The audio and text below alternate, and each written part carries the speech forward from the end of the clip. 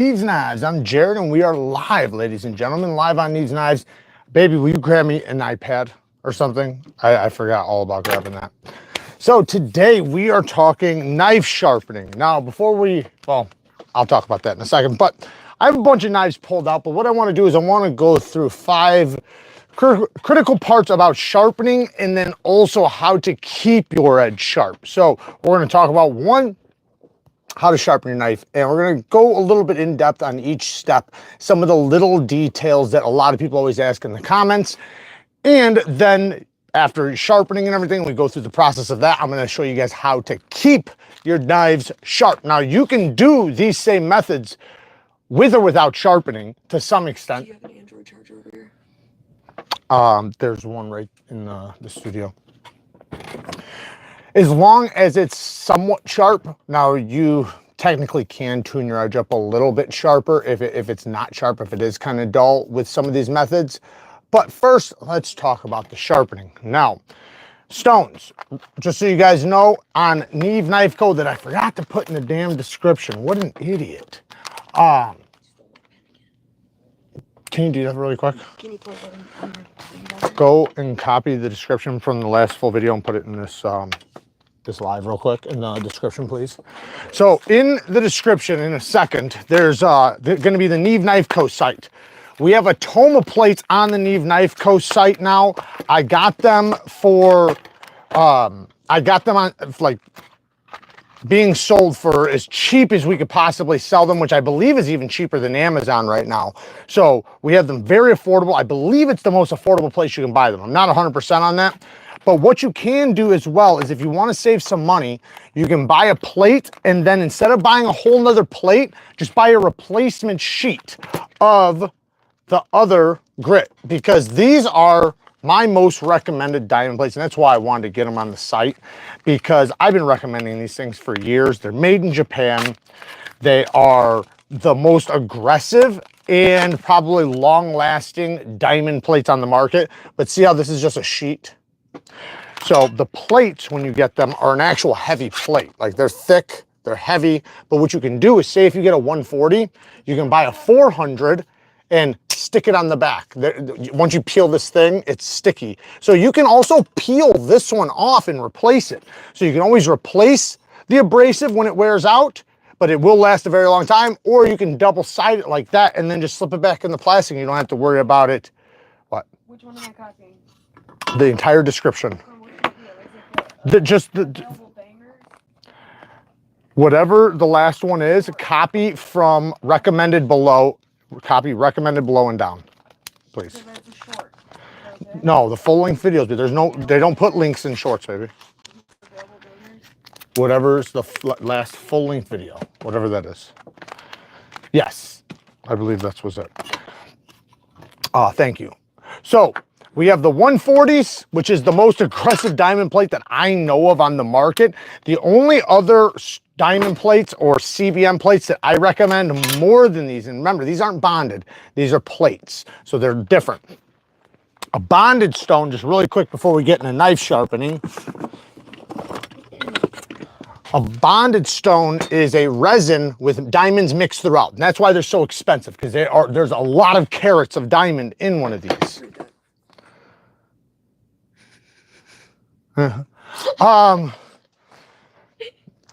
What the hell was I saying? Damn it, you're messing me up, baby. Diamonds. And then the diamond plates are just spread over the surface. So these do wear out. The stones, they do eventually, but it takes a very long time. And that's why they're so expensive. These are, when you consider how long they last and how aggressive they are, they're actually not priced very bad at all. They're actually, some people would say they're expensive, but in reality, they're not. These are, especially if you get the 140, and if you get the 140 for reprofiling, that is because it uses diamond clusters. That's another thing. So there's different kinds of diamond plates. The reason why I recommend these so much is because they use clusters of diamonds.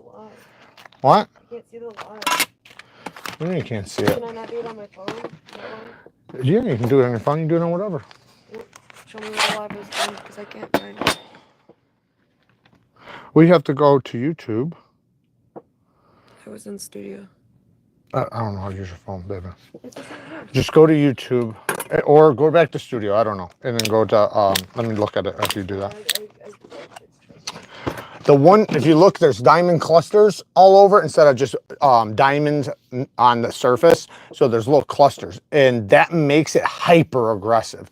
And it also makes it to where you have more abrasive on top of the plate rather than a thin layer of diamonds just wearing off, which is what's going to happen. These ones, you're wearing down like a cone of diamonds. So as it wears down, it just gets, you know, lower and lower. Eventually it will wear out. But I've had a 140, this one for 3 years probably, and it's still going strong. I did put another 140 on this side just, you know, because I wanted it to be more aggressive, because they do, just like all diamond plates, they eventually lose their aggression, at least as they get finer and finer basically. So if you have a 140 grit, it's going to eventually turn into like a 300 grit, which it'll still be very aggressive until it's dead. But it's not going to stay a 140 forever. And that goes with a 300, a 600, 1200. 1200s are eventually going to be like a 1500. They just wear down the diamonds. So they do have to be replaced over time. But the bonded stones last pretty much forever. But what we're going to sharpen today on is the atomas. Like I said, they are linked in they're linked, or they're at the Neeves Knife Co. site. Like I said, they're the most affordable that I've seen. Maybe there's a company that's selling them as cheap as we are, but I believe we tried to beat Amazon, or at least match them, because sometimes they have some good deals too. So first thing we're going to talk about, we're going to lower you guys down so you guys can see. What? This description's impossible. I don't know how to find it. I went to it on YouTube. I couldn't edit it there. Obviously, it wouldn't take me to studio. Try going into the shorts feed or the live feed. Go to the live feed. You did? I did. Huh. I literally don't know how to find it. All right, we'll try to. It's because I'm not on a PC, seriously. All right, don't worry about it. Just if anybody wants to see the description, just go to my last full length video and look in the description. Everything's always linked in those. There's supposed to be links in this thing, but fucking up today. All right, so I pulled out a bunch of different chef knives because before we lower you guys down, because I do want to do that, chef knives are the easiest knives to sharpen. When it comes to any knife sharpening, a chef knife is going to be the easiest of all. The most difficult is typically a folding knife. The reasons why, or technically, I guess like a fixed blade, like something like this, and not because it's big, it's because it's thick. The thicker a grind is, the thicker a knife is, the thicker the edge is, the longer it takes, the more grueling it is, and the more perfect you have to be, and I'll explain why. It's not much, but I was, hey, thank you, man. I appreciate the 2 bones, man. Thank you. That means a lot. What, baby? I'm getting your pad ready. Okay, thank you.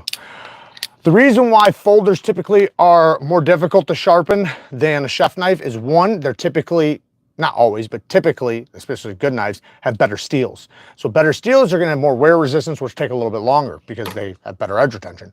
But the hardest part is because of the thickness. The grind, because if you look at something like this, this is thinner, way thinner than this behind the edge, and look at how broad it is. So even the blade stock, like just like look at the difference, right? So thin compared to this, and because these are made to cut through food, right? And have longevity. All of this is a life, you know, because you can sharpen steel off, because, you know, a chef knife, you're going to sharpen a lot more. So they sharpen up super fast. Like you can sharpen up a chef knife sometimes in like 5-10 minutes max, and that's what damages. Like you can sharpen up so fast. So you can be a little, you don't have to be perfect with a chef knife. You can be actually, you know, not perfect at all and get really good results. That's why sometimes when people come in the comment section and they're arguing with me about knife sharpening because they sharpen chef knives, like, you know, because they're a chef or whatever, the argument doesn't really mean much to me, because I know they don't know what it's like to sharpen something thick, because the difference is when it's something thick, the bevel's bigger. When the bevel is bigger, then you have way more imperfections. So like when you look at something like this, like you can hardly see the bevel. So it's like you can't see the imperfections. When the bevel's this big, you see every imperfection. So when I've seen a lot of guys who can sharpen a chef knife very, very well. They'll sharpen a folding knife, and then you'll look at the edge and you'll be like, whoa. You know, it's like it's super convex. There's lots of facets. Facets just means that where you see the angle change. But not that that's a big deal or anything. I'm just saying that you know, if you have a perspective of only sharpening chef knives, try sharpening some high quality folding knives that have good quality steels or high quality steels. I think your perspective will change quite a bit. Now, let's talk about the sharpening. Let's lower you guys down a little bit, and I'm gonna have your guys' comments here in 1 second. I can see them barely, but what do you think of Tucson steel? Well, that's funny is I actually have one right here. This is a Tucson. This is their 14C28N. So Tucson does a horrible job with their premium steels, their super steels. They do a good job with their simple steels, the 14C28N. D2, they didn't do a horrible job with, but it wasn't great. But M390, their S110V, anything else like super steel, they do a horrible job with it. It's super soft. But what can you expect, you know, when you're buying a knife that affordable? Now, the cool thing with a steel like this, and somebody asked me earlier about what kind of steel or what kind of chef knife should I be looking for? I'm going to give you a couple options. But just typically, like if you go on Amazon, you can easily find, like this company is actually really good. I actually have links to their stuff. But if you just go into my Amazon link, the Neeves Knives store down in the description of any video, click on that and you can just type in Vosteed, V-O-S-T-E-E-D. They have great chef knives. And these two right here have super steels. This is a simple steel, and then these are simple steels. Now you can get a beautiful Damascus knife just like this with and basically it's a 10 CR Damascus. So a 10 CR Damascus is about, personally for me, is what I would recommend for most people if you're looking for a high quality knife. This is another one from this company. So I would say look for something in VG10 because this is the reason why. One, VG10 is a Japanese made steel for chef knives. That's literally what the steel was designed for. So because of that, it's actually a simple steel for companies to heat treat. They don't have a problem with it. So when they're doing chef knives, even mass produced ones, they can do a good job with it without really having an issue. Which one should we sharpen? We'll sharpen this one first. But we're gonna sharpen up a couple knives. So look for something with VG10 steel. That's typically a good place to start. If you find one on Amazon that has VG10, you're typically in the right area and those will typically be decent quality. They're gonna cost you a little bit more, of course, but you're paying for a quality steel. And that's not even a bare minimum steel, by the way.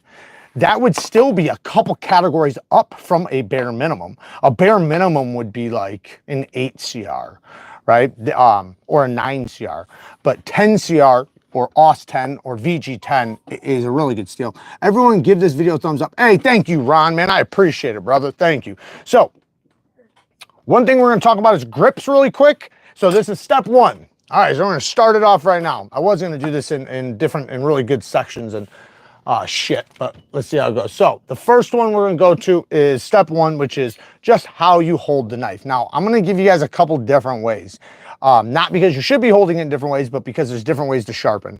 So one is in hand. So a lot of people learn how to sharpen like this. They put the stone in their hand, and then what happens is now I can bring the stone up to my eyes. So I can see everything I'm doing. When I'm down here like this, I can literally bring it all the way up to my vision. I can turn it and look at it. It makes it to where you have a lot more control over visuals, right? Another thing is that when you're going across the stone, right? So say I'm going across the stone, I'm gonna lock my wrist just like I would if it was on the bench.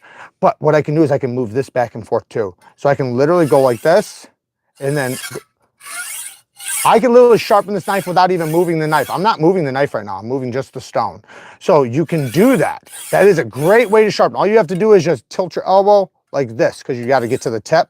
So you got to tilt your elbow. So you can do that. Now that's the way I teach convex sharpening. So when I teach knife sharpening, I teach two different ways to sharpen typically with freehand. One is in hand, and this would be a convex edge. You're guaranteed to get a convex edge. Don't try to convex your edge. Don't even attempt to convex your edge. Literally, and convex just means that the edge doesn't go like this, it goes like this. Okay, so V-grind, convexed, goes like this. like an arrowhead or something, or a bullet. Now, what that does is that makes your edge tougher, right? So it makes a tougher edge. That's the reason why you'd want to do that. Now, when you're doing this, hold your angle perfectly. Do not try to convex. Don't try to move up and down. Just literally hold it as perfect as you absolutely possibly can. It will naturally create a convex if you're moving both the knife and the stone. It'll just be a natural thing that'll happen. Now, another thing is that learning like this helps you when it comes to having pocket sharpeners and ceramic rods, which we're going to pull out here in just a little while. But with all those things, it helps you be able to use these more effectively because you're used to holding in hand. The next way I like to teach is like this, and this is how I do my V-ground edges. Typically, you're going to probably wind up convexing your edge at first, but you'll get there. Now, same thing. I'm going to lock my wrist. So when I lock my wrist, I want to make sure that as I'm coming across the stone, I'm starting here and I'm going at an angle. There's a reason why you're going at an angle. Now, you can technically go back and forth like this. There's nothing wrong with that, but you want to keep your teeth consistent. Your teeth, your microscopic teeth, are going at a direction. I just recently did a video about this, and a lot of people are arguing with me about it that I know have no idea or know nothing about knife sharpening and have never tested edges or tested steels or looked at them under a microscope or anything like that. But you want the scratches because that is your bite. You have two things here going on. One is your edge angle. So this is your edge angle, right? This is sharpness. So if I sharpen like this, that's going to be a tough edge. If I sharpen like this, that's going to be a very sharp edge. Not as tough though. Tough edge, sharp edge, not as tough though. So, and just like this, tough edge, it's not as sharp. So when it's really tough, it's not as sharp. When it's really low, it's very sharp, but not as tough. Excuse me. When you're going across the stone, you're going at an angle and you're putting the scratches from the stone on the edge, right? That's grinding away the metal, creating your V grind, but also creating microscopic serrations. The scratch pattern that you're getting from this, yes, it's cutting in a V ground bevel, but it's also adding little tiny teeth. And so you're gonna sharpen it all the way until you get a burr. We're gonna talk about the burr here in a second. So lock your wrist, watch the heel of the blade. And if you wanna know a good angle, I say that's 90 degrees, cut that in half. 45 degrees, cut that in half again, that's 22.5 degrees. That and a little bit, just a tiny bit lower or a tiny bit higher will be just fine. So once you have that angle, you know, which about right there is just fine for me. Watch this, about right there is just fine for me. I also like to sometimes use my thumb, and I'll just use the middle of my thumb. That's usually, typically, or you can go either a little bit high on your thumb or right in the middle, but pick a spot.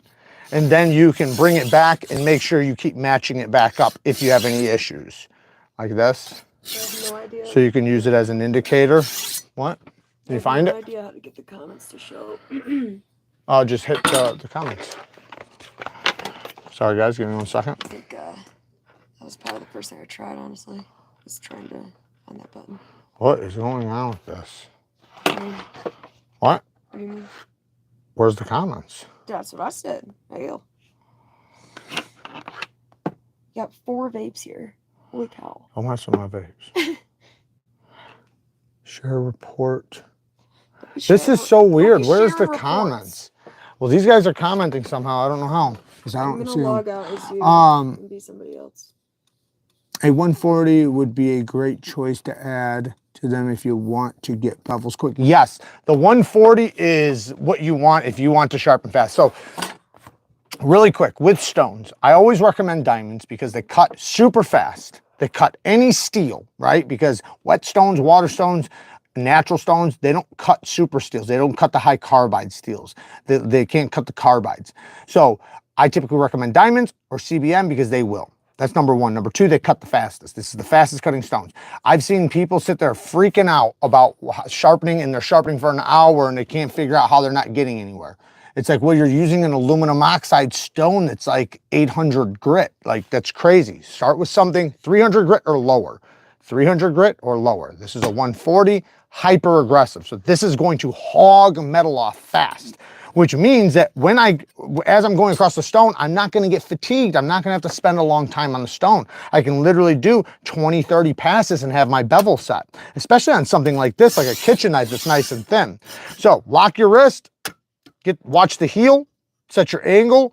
And now the reason why your wrist is locked is so you don't mess this up. Right? You want to lock that in place. You want to go across with it locked in. In order to get to the tip, you just lift your elbow, okay?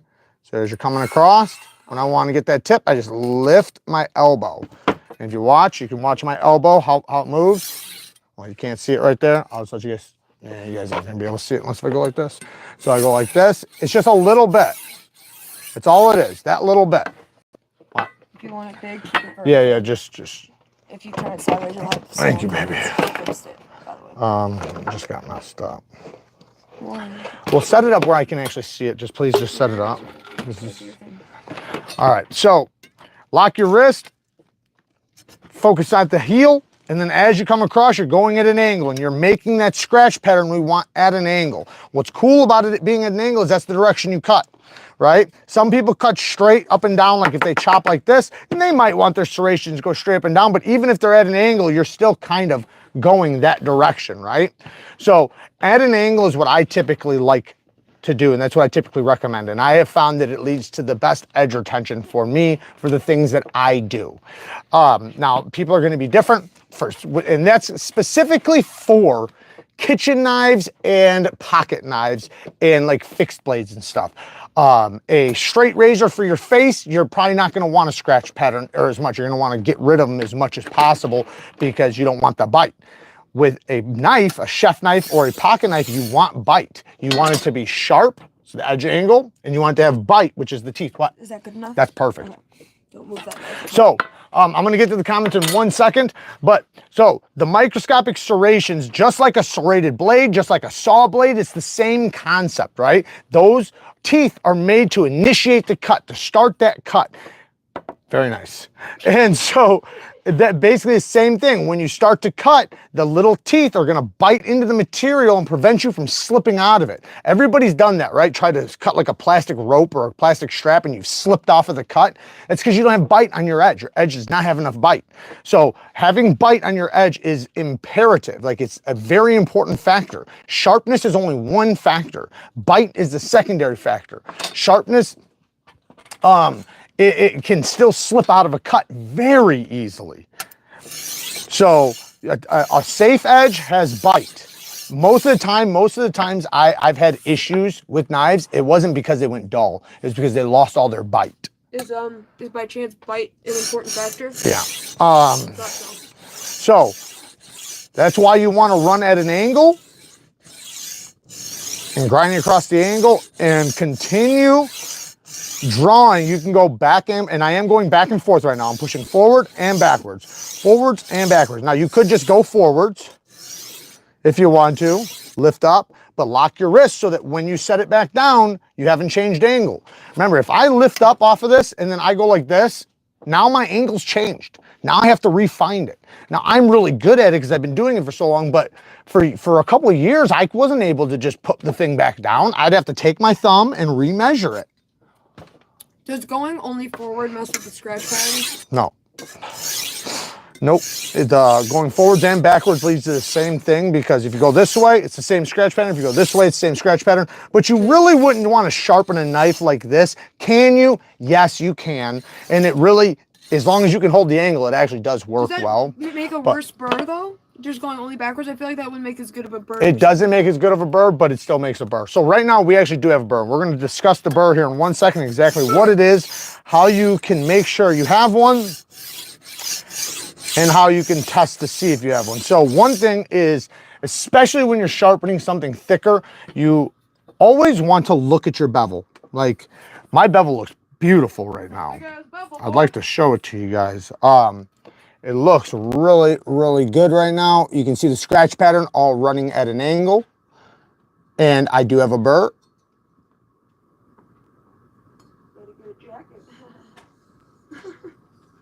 Now, the burr is when I'm sharpening on one side, right? I'm sharpening on this side, there's steel accumulating at the apex.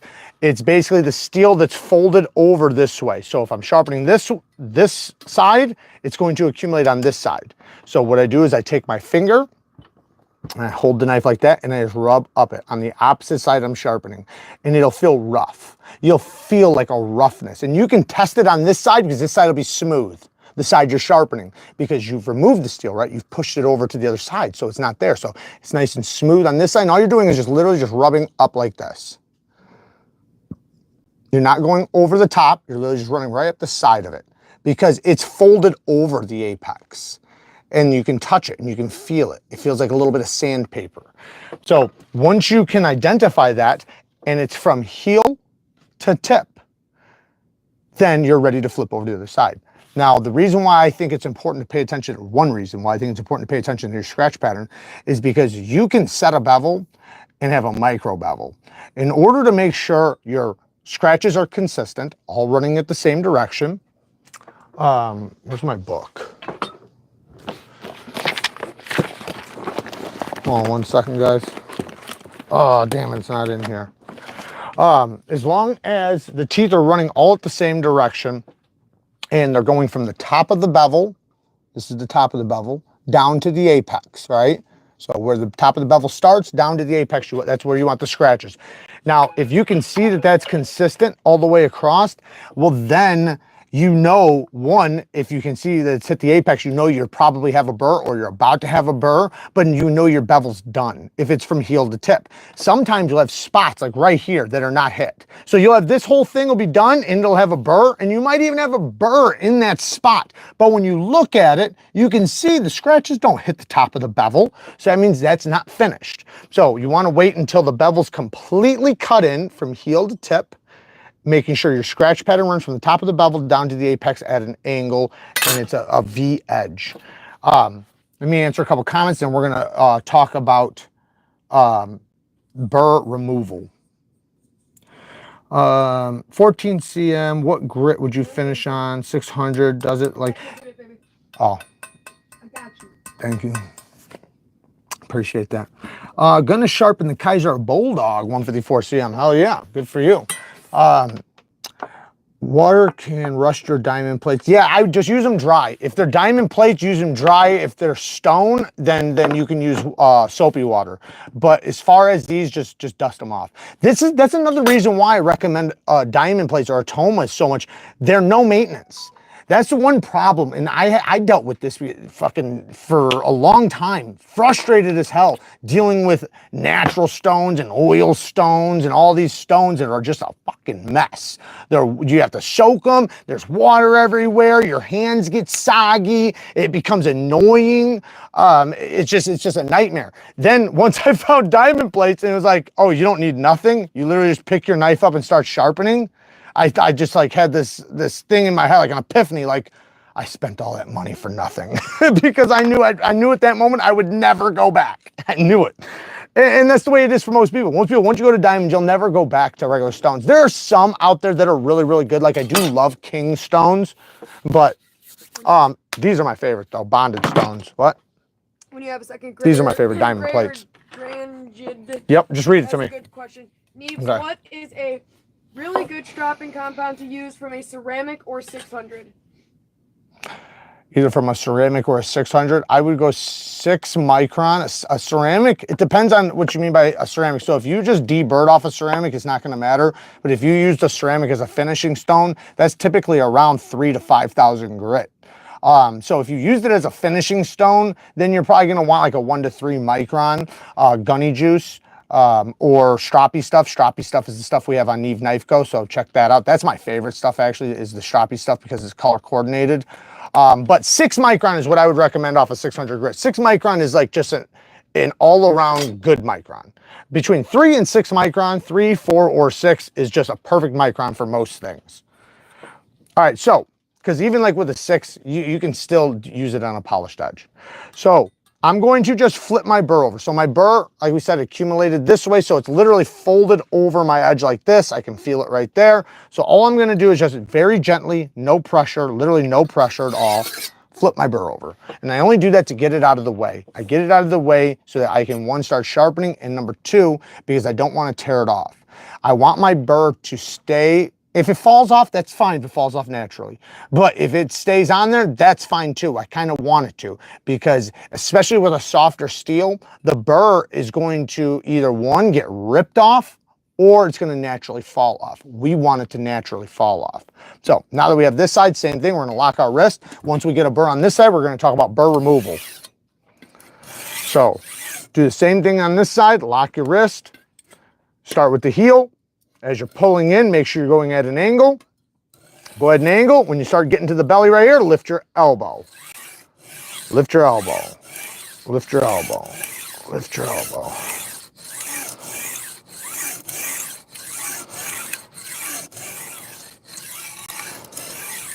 Now this hand right here is not applying any pressure at all. It's literally just floating. It adds as a little bit of a stabilizer and an angle indicator. That's it.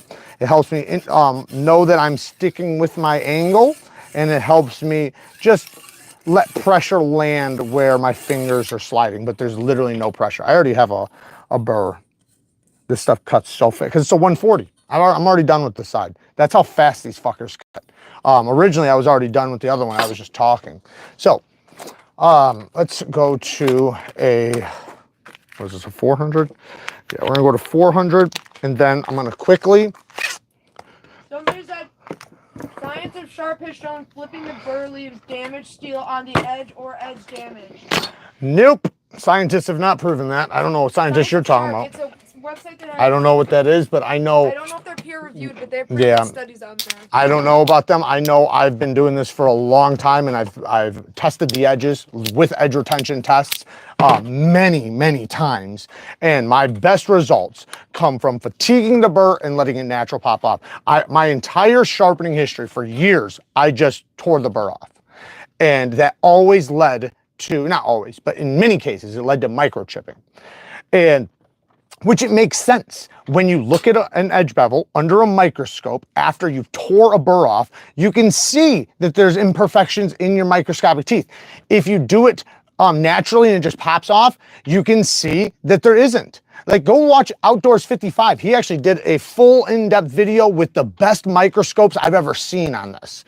And me and him were saying this for probably a couple of years before he ever even did that test. Okay, so this is a brand new 400. Woo! You know how aggressive that is? That is so aggressive. See, the 140 we used before is an old 140. This is a brand new 400. Listen how aggressive that is. That thing's hogging steel off. I love it. It just means that you're going to be able to sharpen faster, which is a good thing. And the reason why is because, well, like when I first started sharpening, I didn't have an aggressive stone, or at least it wasn't aggressive enough. And so I'd do like 20 passes, and I'd look and I'd be like, am I doing anything? And I was, but not really. But when you use this, you know right away you're doing something. You do 3 or 4 passes, you can look and see exactly what you did. So you can see where you're messing up, how high your bevel is, if it's too little, and so on. So that was me flipping it back over to the other side because it was accumulated on this side. Now I'm getting it out of the way so that I can sharpen this side. Yeah, whatever test that was with the burr, I would love to see that study and that test, because I guarantee that there's some holes in it. I've had a couple like back and forths with people over Science of Sharp articles before. Yeah. The only thing that I will say, I'm not saying this is the case here with this individual, I'm just saying in general, I've had it happen where the article is completely misinterpreted. Yes. Just because they're not used to reading studies which have a higher, degree of, vocabulary that's not typical, it's more specific to the science. So there's going to be terminology that you're not used to, as well as the format of a study itself. Right. Just the way they're written, the format, if they're following the scientific method, the kind of way that it jumps around, what's just a theory or a hypothesis versus, a correlation or even a causation, and all that stuff, if you're not used to reading studies, can be misinterpreted. I've had it happen like 4 times with Science of Sharp articles where the entire thing was not even showing that it was damaged at all. It was using the damage to show something else. It was just completely opposite. No, I can see that. This is a 600 now. I was gonna stop at the 400, but that 400 is brand new, so it's so aggressive. This will only take me a second to accumulate the burr, and then I'm gonna show you guys how to tear it off. Now, what I'm doing right now is I'm literally just kind of turning my hips so that I don't have to move really. I'm in a chair that spirals. So you can do that too. You can literally lean in and out. You can go sideways. The biggest thing is just making sure your your wrist is locked. That's the biggest thing. And then if you go over this way, you might have to just tilt your elbow a little bit. But don't use your wrist. Now, when you become a pro, you can use your wrist all you want, right? Because at that point, it won't matter. But first, you need to learn how to ride the bike. Okay, so. Hey. Yeah. Evan Grubb says if it's all about sharpening the fastest. It's not about sharpening the fastest. I know, but I know you're not saying that. I think it's just because you move fast and talk fast, so it feels like that. But anyway, he said, why wouldn't you use a pull-through sharpener? Okay, so I have videos on this. A pull-through sharpener is the worst thing you could put your edge through. So just as an example, I'm just going to use this as an Damn it. Yeah. Just as an example, right? When you go like this with your edge, it's horrible for your edge because as you. Okay. All right, so I got it already. Got it? Yeah. Okay. So as you pull through like that, your scratches are not doing what we said before, how they're running at an angle. They're not running the way you want. They're not even running straight up and down. They're running side to side. So you're basically tearing off the bite that you want. One or number two, which that's like the worst thing to do to your edge. That's like taking a saw blade and or a serrated blade and literally just stripping off all the serrations. What good is that knife now? Could you make it sharp enough to cut something? Yeah, but it's literally lost the very thing you want. Number two is it's only a micro bevel. I can do that on a stone in 10 seconds. Like if I put my angle up this high, I can sharpen this literally in probably 15, 20 seconds because it's a micro bevel. That's all those do. They're adding like a 40-degree angle on your apex. Like it's such a high angle. Go watch my pull-through sharpener video and why you shouldn't use them. I literally show you microscopic views on what happens to your edge. Jared actually collects high-end pull-through sharpeners. That's hilarious. I'll fuck you up. All right, so I think I already finished both sides of this. All right, so let me, since we have a burr right here, let me just make sure it's a little large because I want this to be large, even though typically I do not want my burr to be large, but I'm trying to prove a point here. So I typically don't like to remove my burr. So remember, we've accumulated a burr on each stone on each side. So if we did a 140, we did a 140 on this side, a 140 on this side, we created a burr on this side and a burr on this side. Then we went to the 400, created a burr on this, created a burr by sharpening this side and created a burr by sharpening this side. Went to the 600 and repeated. Now, I could remove my burr with this, which would be just fine. I could do that. But I have found that the best way to remove a burr, which leads to the best edge retention and leads to your edge having not only the most amount of bite, the least likely of microchipping, and just basically the best apex possible is if you take a very, very fine stone, which they can be a bonded stone, which I'm going to use a bonded stone. You could use a ceramic. Basically anything 3,000 to 5,000 grit is perfect. Now, if you don't have that, that's fine. You don't have to worry about that. You can do the same technique I'm about to do on this. Same exact technique. But I'm going to do it on this because I like to. So what I do for my burr removal, and this is very important because if you learn this, knowing how to remove your burr is one of the most important things to getting a sharp edge. Knowing how to create an edge bevel is the first thing, and knowing how to identify your scratch pattern is very important, and then how to develop a burr and how to remove it. Once you know those things, you're pretty much set to go. So we're going to teach some other things though. So we have our burr on this side. I can feel it. It's just like, it's nice and rough. You can almost hear it. Okay. Hear that? Now listen to this side. You don't really hear anything. Yes. Say hi to Rickard. What's up, Rickard? How you doing, brother? So the burr is on this side. So what I'm going to do is no pressure at all. My hands, no pressure. I don't care about locking my wrist on this one. I only care about the apex touching the stone. You don't have to worry about your angle so much. Just make sure it's not super low, right? Make sure it's kind of high, not like high, just either the angle you sharpen it or a little bit higher, but no pressure, because you're not going to disturb your scratch pattern. That's what you don't want to do. And that's why these can mess that up. So be even more gentle on these. So let the tip hit and then basically do a stropping pass. What that's doing, and you want to do like that about 3 or 4 times, or even 5 times, very gentle until it flips over. Then it'll be flipped over on the other side, and you're gonna do the same thing on the opposite side. You're just basically doing a stropping pass back and forth, and you're flipping the burr back and forth, so that it snaps, kind of like folding a paper clip. If I took a paper clip and I folded it back and forth, it would eventually snap. That's what you're wanting your burr to do. You're wanting your burr to fatigue, and then snap off naturally. Now, if I just stripped it off, it's going to rip off for sure, but it's also going to take steel with it. It's going to take part of my microscopic serrations with it. Now, after I do a bunch of passes just like this, I'll do a couple very gentle forward passes. This is essential too. You typically want to do this, couple gentle forward passes, and then you're typically ready for the strop.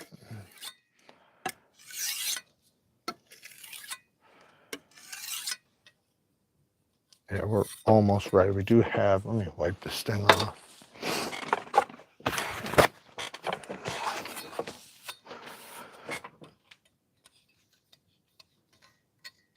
I do feel still some burr left on there, so do a couple more. Okay, there we go. Then you grab your strop and hit it on the strop. Now, if your burr comes off super clean, you could technically, like if it's really good, like I've had plenty of edges where my burr snaps off so cleanly, I don't even need to strop. But that's typically from high HRC steels that are very, very hard and heat treated, very, very good. You're typically, woo, that's nice and sharp.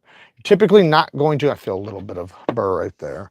You're typically not going to find that from most mass-produced knives. You can, don't get me wrong, you can. I've definitely had it, but you're typically going to spend a little bit more money in that case.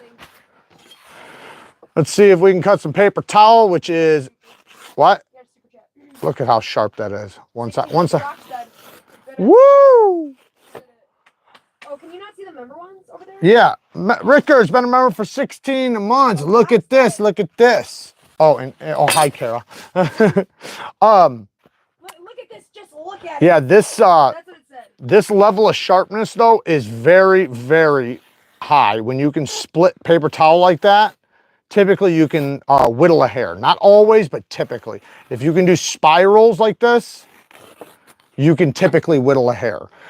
Paper towel is one of the most difficult things, and the reason why is because you have to have a perfect edge. Your edge has to have 2 factors which make an edge perfect. Your edge angle has to be sharp, so it has to be a nice sharp edge, and number 2, it has to have bite. If it doesn't have bite, guess what happens? It slips off of the paper towel. It doesn't cut the paper towel. It doesn't matter how fucking sharp it is, it won't cut the paper towel because it requires bite. Otherwise, it just slips. If it's too toothy, if you have too much bite and your burr's not cleaned off really well, it'll snag the paper towel and it'll literally just rip. So it has to be perfect. Like I have edges right now that are from the factory that I couldn't cut a paper towel to save my life, but once I sharpen it, they'll be blazing through.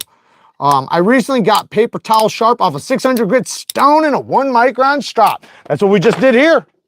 That's 600 grit and 1 micron, right? Or yeah, 600 grit and 1 micron, yeah. Or maybe it was 6 micron, but look at that. Listen how silent that is. But like I said before, guys, chef knives are the easiest. Chef knives are very easy to sharpen. They go really, really fast. Now. Someone said bring back the bang. I did. In the beginning of the video? Yeah. Yeah, you did. I heard you say it today. You're right. Yeah. Did it in the last video too. I did not. I didn't sharpen your K390s. I would have, but no, I did not. What was I going to sharpen next? I do have this Magna Cut steel. We technically could sharpen. So you know what? Fuck it. Let's do it. But I want to talk about really quick, before we do that, I want to talk about another step really quick, because now that you have a sharp edge, right? Let's say you sharpened your edge, you've learned how to remove a burr. How do you keep this sucker going, right? Because that's very important. So one, you need a strop. Number two, you need a honing rod. You could technically get a diamond rod, or you could just get something simple like this, like a work sharp field sharpener, which will give you even sharpening stones, a ceramic rod, and a strop. But having a full-blown strop is really good to have, especially for kitchen knives. So after you're done using your knife, say if you've used it for, you know, I don't know, 2 meals, 3 meals, take it to the strop. You don't have to do it every meal unless if you feel like you've used it a lot that meal. But give it a couple passes, 5 to 10 passes per side, very gentle. Not much pressure, but make sure you have a good abrasive. I recommend stroppy stuff, Gunny Juice, or the stuff from Hapstone. My favorite stuff is stroppy stuff. It's linked in the Neeves Knife Co. or on Neeves Knife Co. Now, Aaron said I'm going broke because I bought everything you've shown on the table. that'll happen. Everything you've shown on the table, sorry.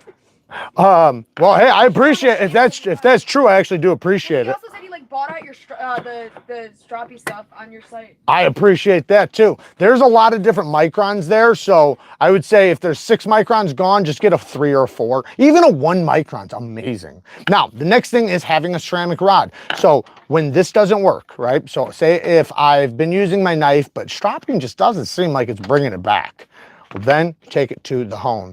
Now, I recommend getting angle guides on your rod so that you can label it the same angle you've sharpened your knife to, because they'll come with a whole set of these. You don't have to. You could just, you know, micro bevel it, but you just do very gentle passes just like this. Very gentle. Like there's no pressure really required. And that will micro bevel your edge, and it'll basically take your edge bevel that's like this, and it'll create another one right at the peak of it.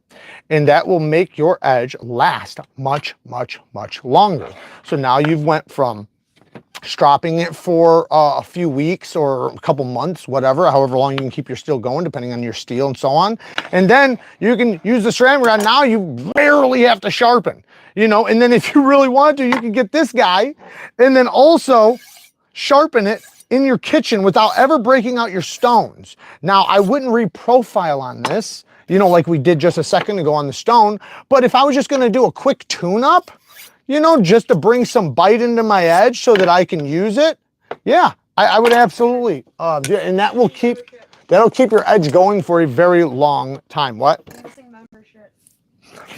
Todd, thanks for being a member for 17 months. Toothy is the way of life. Long live the toothiness. Yeah, some people are in the polished club. Some people are in the toothy club. I'm in the whatever works. I'm in the gap tooth club. I'm in the overbite club. I'm in the club that whatever works on that steel, because I think certain steels do better with certain edges. I do have a whole video on that, by the way, if you guys ever want to see that. I have an entire playlist full of sharpening videos, and one in particular tells you what steel takes what edge the best.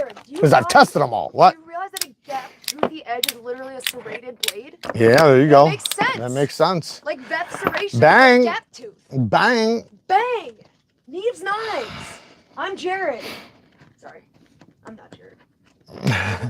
Why? Crazy Roach, been a member for 9 months. I'm in the He-Man Woman Haters Club. Let me see here. Let's see. Y'all must have the best Thanksgiving with these sharp ass kitchen. Hell yeah. Is stropping compound food safe? Does it leave behind a taste? Just wipe just wipe it off afterwards. I wouldn't recommend eating after stropping. I would recommend just wiping it off. You can use just rubbing alcohol, dish soap, or just water. Just rinse it off and then dry it off. Because there is, at least the ones that I recommend, have diamonds in them. I don't think diamonds will really hurt you, and I'm sure the oils in it won't hurt you, but it'll probably make your food taste nasty, so. But yes, there is some out there, by the way, there is some out there that is absolutely not food safe, that's actually toxic, just so you guys know. I don't think any of it would qualify as food safe. No, like, of course not. Food safe, like serve safe terms. Of course not. Diamond rods are bad for honing. Well, I said sharpening. Diamond rods, you can hone on a diamond rod. You just have to be gentle. It's all about pressure, just like with a ceramic rod, right? If you take a ceramic rod, you can use this in like 5 different ways. One, you can micro bevel. That's just basically holding a high angle when you go across.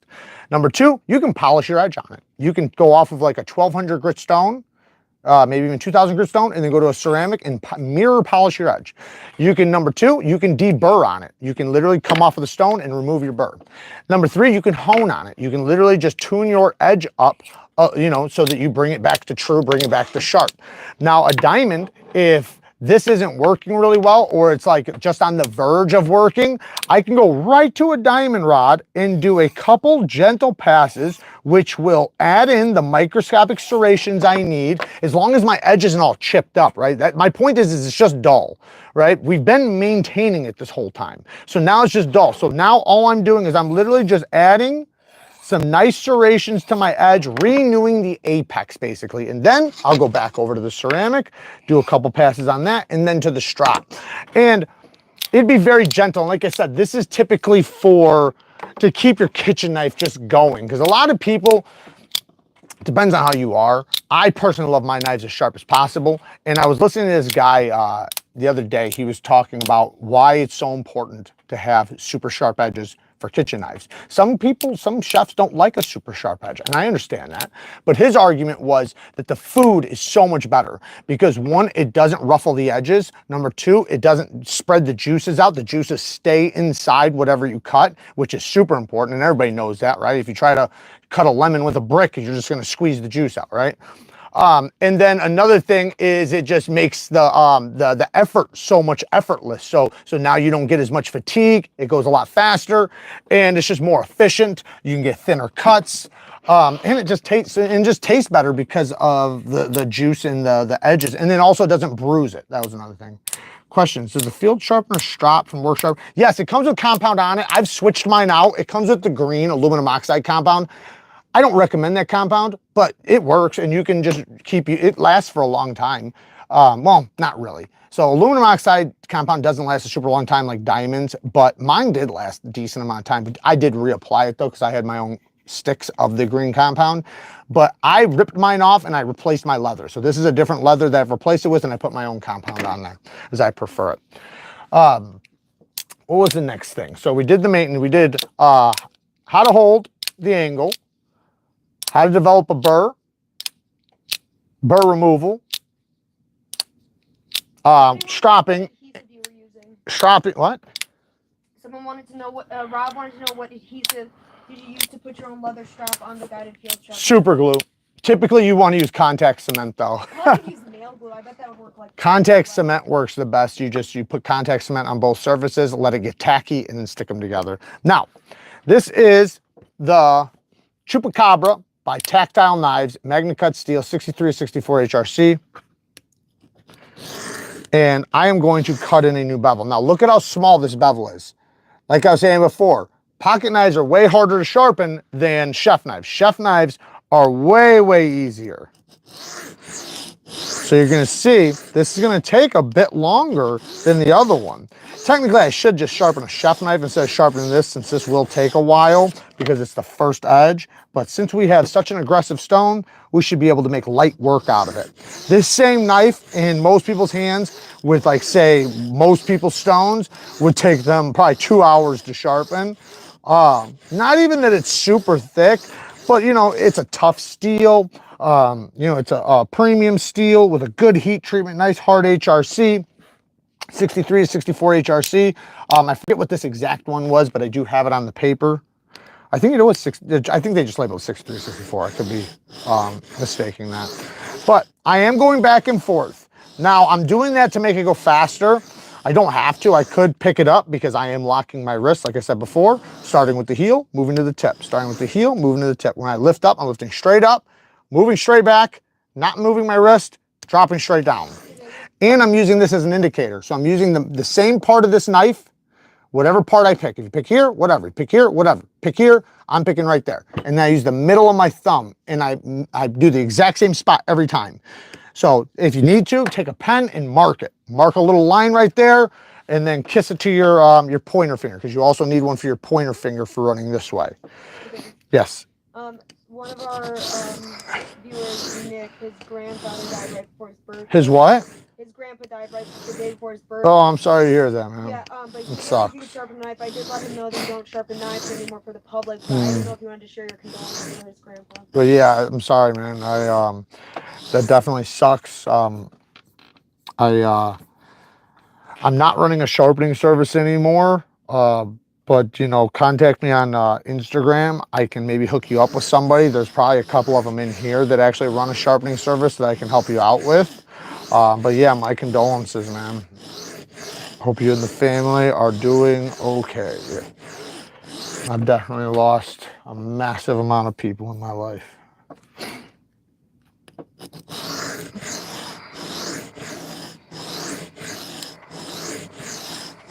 Tell somebody that you don't sell knives. I don't sell what?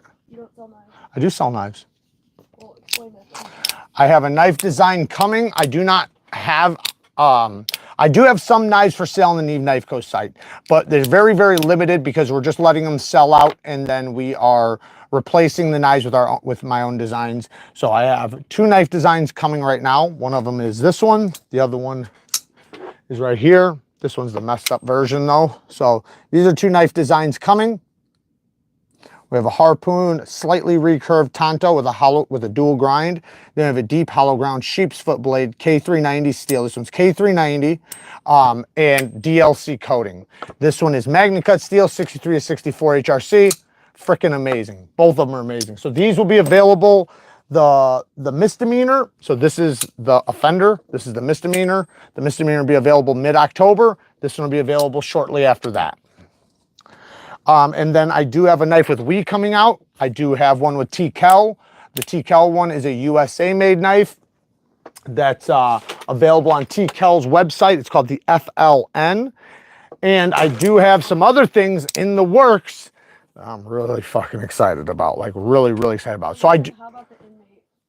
Did you show the inmate? I don't have, well, the inmate I have it put up, but the inmate is, I don't know. I changed some stuff on the inmate. That's the We Knife Co. one, but it's not my knife. It's their knife. It's just my design. They're just paying me compensation for the design. These ones are my knives, so I'm selling them. So we have a burr, right? I've done this side. I have a burr from heel almost to tip. So this is the time when you want to check it. So I'm going to check it from here all the way up to right here. So I'm missing a burr from here to here. So I need to continue working until it's done. That's why when people say, how long does it take? Until it's done. There is no time limit because there's different steels, different thicknesses, different abrasives. Depends on how abrasive it just depends on everything. That's like saying, how long does it take, I don't know, to drive as fast as you can in a quarter mile? Well, you're gonna be like, well, that depends on the car, what the surface is like on the ground, what the tires are like. You're gonna have a lot of factors. A little bit more.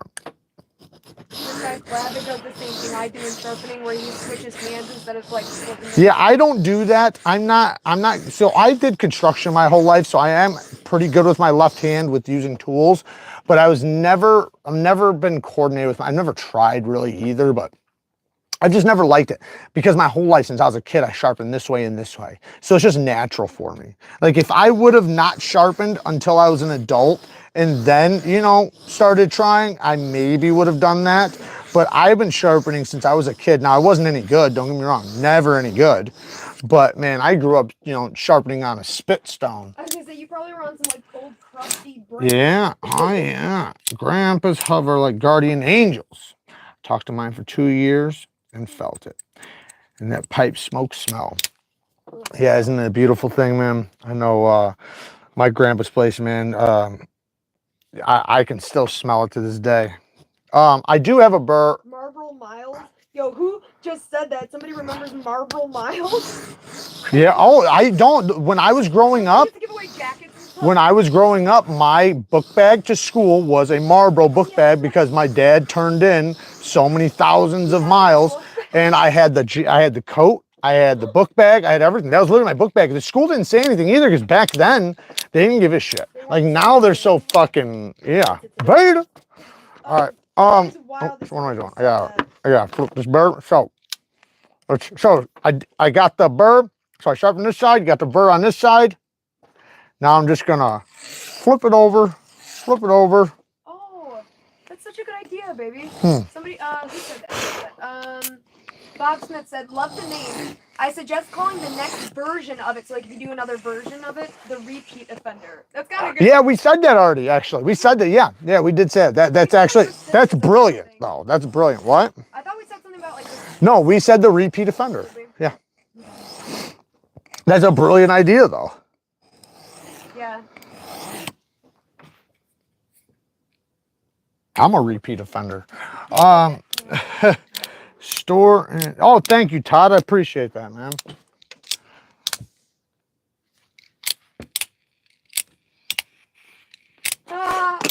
Pretty good with my 400 to 600 Husky Stone. What's the Husky Stone? Is it diamond? Brand Husky, probably. I know, but I'm wondering if it's diamond. Probably aluminum oxide, honestly. I don't know. I'm wondering.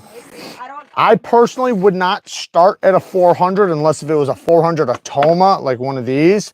And even then, I would still prefer the 140 because they break in. Like the 400, when you first get it, yeah, it's going to hog metal off. But after a couple months, it's going to be like a 600 grit. So, DMT from Home Depot is oh, a DMT? Yeah, then you're good. Yeah, fuck yeah. That's not a bad set at all. No, this is the thing. You don't even have to get what I tell you guys to get or recommend. Like, this is just what I think is the best on the market. As long as you got fucking diamond plates, you're good to go, really.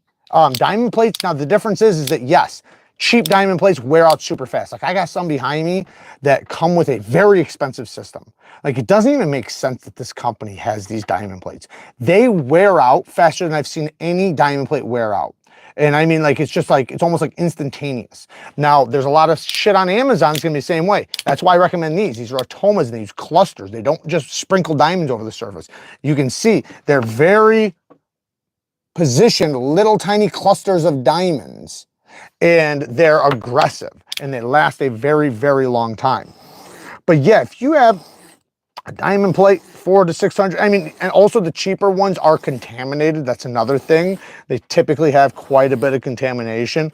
Like a 400 grit might have a 100 grit diamond in there, or a 300 grit diamond. Like, it's not going to be straight 400 grit. But who cares? If you're only going to 600 grit, it's not that big of a deal.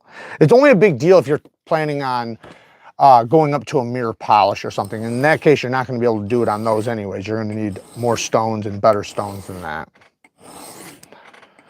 But yeah, just to sharpen a knife, you can get, I've gotten hair whittling edges on 600 grit with a very low angle.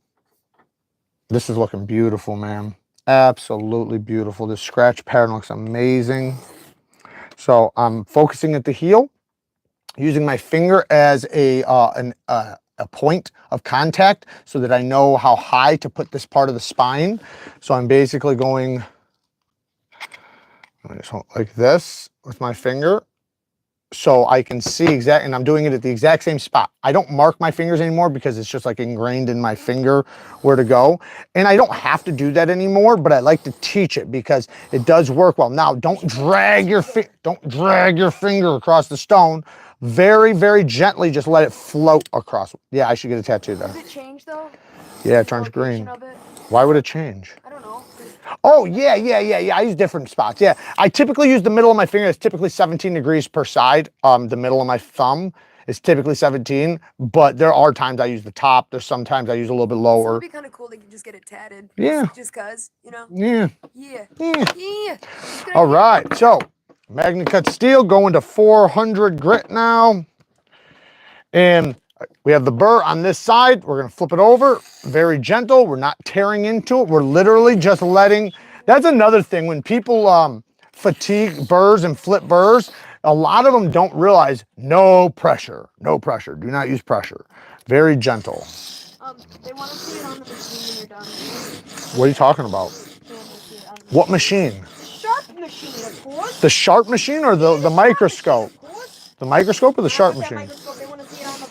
I don't know if I have any wire left. They said, can we see how sharp you get it on the machine? Well, just so you guys know, I don't mind doing that.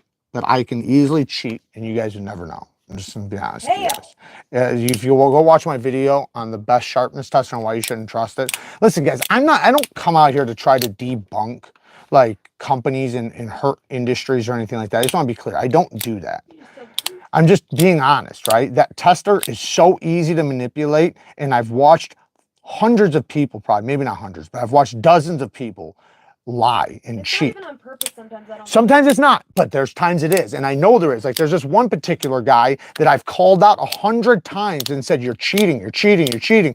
And I figured he'd eventually, and I know he has seen my comment, and he still does the exact same thing. And everybody believes him. People are literally like, look at these numbers. And then you have people that are sharpening knives legitly, using the machine legitly, and they're like, why can't I get these numbers? It's because they're fake. They're not real numbers. They're lies. Isn't it from going too fast? Yeah, it's about the speed. But if you go watch that video, you'll see I break it down very, very perfectly. It's only like a 5-minute video. But yeah, it's, but I can do it, but it's just like I said, I can easily cheat the test. No, I wouldn't cheat it, but I'm saying, I'm just telling them don't trust me with it. I wouldn't trust me. I'll be honest, I wouldn't, because it's so easy. Like, that's the thing. How can you trust somebody who's trying to impress people with their sharpness, right? Like, I don't want to get a high number on there, right? Hopefully your aim is not to, like, impress sharpness, but teach honest things if they feel that interesting. Well, no, what I'm saying, no, this is what I'm saying. What I'm saying is you have a dozen people. Let's just say there's 100 people out there cheating the test, right? Mm-hmm. They're all getting numbers in like the 60s and 70s, right? That's what they're getting. And now I come here and I get a 150. Right. Everybody watching is going to be like, that guy's fucking shit ain't even sharp compared to Ray the Sharpeners. Right. And it's like, yeah, but Ray the Sharpener fucking cheats. Is that a real person? Yeah, that's the guy I'm talking about. Well, maybe he should stop cheating the test. I said nice things about him when we did that impression of him. The reaction video of him. I said nice things. I regret them. No, I don't know the guy. I just know that he's lying in his videos, and I don't respect that. I mean, why lie, right? Why give a perception of something that's not real? Just tell the people the truth. What you're getting. It's not that big of a deal. No, not everybody has to get a number 43 on a fucking sharpness tester. Shit. If you get under 150, if you get 160, that's a fucking sharp edge. Below 90 is like unheard of. Yeah, for if you're like, I have seen, don't get me wrong, I've seen, because it also depends on a lot of factors, right? Like, I'm gonna get a way higher score, meaning like a worse score on something like this than I will on a chef knife. The thinner the geometry, it's gonna cut better. That's just the way geometry works. So there is a lot of factors at play as well. So you can easily cheat the test with a thick edge, but if you're doing it legitly, then you're going to get a lot higher score or a worse score than you would with something thin. Hey, Rickard, thank you, man. You just donated 5 Neeves Knives memberships, man. I appreciate it. We do have, just so you guys know, on Friday, we have the Neeves, we're going to do the giveaway. That's one thing. So we're going to pull the winners for last week's giveaway. And anybody who does want to possibly join the Neeves Knives membership, that's what we do over there. We teach knife sharpening. It's a lot more in depth because there's less people and it's a lot more personal, but we also give stuff away. And check this out, guys, to all the members in here. I'm going to start reaching out to all the sharpening companies to give me products to give you guys. So that's something I'm going to start doing for you guys. Hopefully we can get a new company once a month to donate a product to give to you guys. I'm going to contact all the knife companies, have them donate stuff, because I have more than enough shit to donate. Don't get me wrong, more than enough shit to donate. But it's awesome when it can be like a TS Prof or something like that. Something, you know, really badass. You guys want to see the bevel? Look at that bevel. Look at how fucking clean that bevel looks. Look at that bevel. Doesn't that look clean? That's clean. And look at that side. Kevin Smith and Knives has been a member for 10 months on the Benchmates. Hey, thank you, man. Thank you for the support. All right, 600 grit. We're knocking the Burr back. Going to town. So I am going back and forth, like I said, because it does go faster. And when I do this, I'm because this is a sheep's foot. So I really don't even need to do but like this. Like that's all I'm doing with my elbow. I'm not doing much because in order to get to the tip, like look at this, look at how little this is. That's it. That's the heel, that's the tip. Heel, tip, heel, tip. So it's very, very tiny. So I can easily do this motion where I'm like this. And it's almost like I'm leaning into it, but really my elbow's just slightly, slightly lifting up. It's very slightly though. Yes, baby. Can you repeat when they can get your knives again? Mid-October is when the misdemeanor drops, and then it'll be about a month or 2 months after that will be the offender. Oh my God, that looks so good. It's a damn good looking edge. That's the site they're dropping on? The Neeves Knife Co. Yes, they will be dropping on Neeves Knife Co. I will send out alert, or I will be alerting people probably a week before they land. Maybe like right when they're finished and on the way, so that you guys can be prepared. I have to do quality control checks. Once I'm done with quality control checks, then they will be available for purchase. What? I want to do that. 400 of them will be available for purchase. I want to do QC. Well, we're not, he's going to do the QC, but we're going to do a QC on like 20 of them or something. Yeah. I want to break them. Look at that damn bevel, man. Doesn't that? Run them over with a car. That's how you do QC. Look at that. That scratch pattern looks perfect, doesn't it? You can tell the scratches are all running at an angle. They're very consistent from the heel to the tip. They're all hitting the apex, and I know it because I can feel my burr developing. Then you notice how these stones go so much faster because the first stone set my bevel. The first stone set my bevel, my edge angle. All the other stones after that are just refining the teeth. That's all they're doing. They're literally changing the size of my serrations. So just think of like a serrated blade with big serrations and a serrated blade with very little serrations. That's the difference between a 400 grit edge and a 5,000 grit edge. 5,000 grit edge might be a mere polish, but it's really just microscopic teeth. The Weezer with 2 bones, Jared. Was it TS Prof KO3 crappy diamonds? Yes. What? Yes, it was. What happened? TS Prof's diamond plates suck. Oh. But they do have. I knew that. That's right. Yeah. We never recommend those. They do have just so you guys know, they just recently made some resin bonded diamond stones that are really fucking good. Like really, yeah, they're really fucking good. I believe.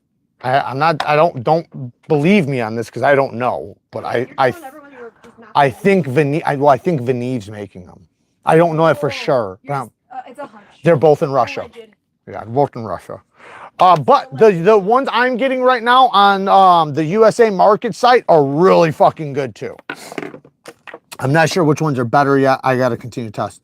I haven't seen a Buffa knife. All right, so we got to 600 grit. Now, should we go to a next stone or should we just strip the burr off and test the edge? Strip it. I like working edges. Strip it.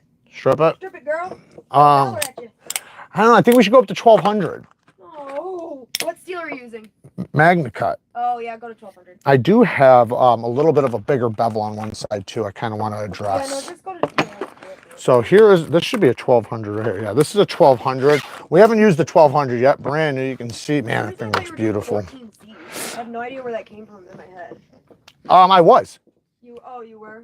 Yeah, so this is a 1200 grit Atoma. This is basically the only diamond plate for the most part. There are a couple of them. The Ultra Sharps are okay. DMTs are okay, but none of them compare to Atomas. Atomas 1200s are actually aggressive and actually work. They cut fast and they last a long time. Most 1200 grit diamond plates wear out really quick because the diamonds are so tiny. The tinier they are on the surface, the faster they're just going to fall off, right? Since these are clusters, it's very aggressive. Now, the reason why, or when somebody was saying earlier about like faster sharpening or whatever, sharpening fast is not good. You don't want to sharpen fast. You want to take your time. You want to be patient. I'm just so used to doing this that it's second nature to me. But in reality, when I'm chilling by myself and it's just me, I'll do this for an hour and a half, like on one knife. You do. I know. And I'll literally just be like this.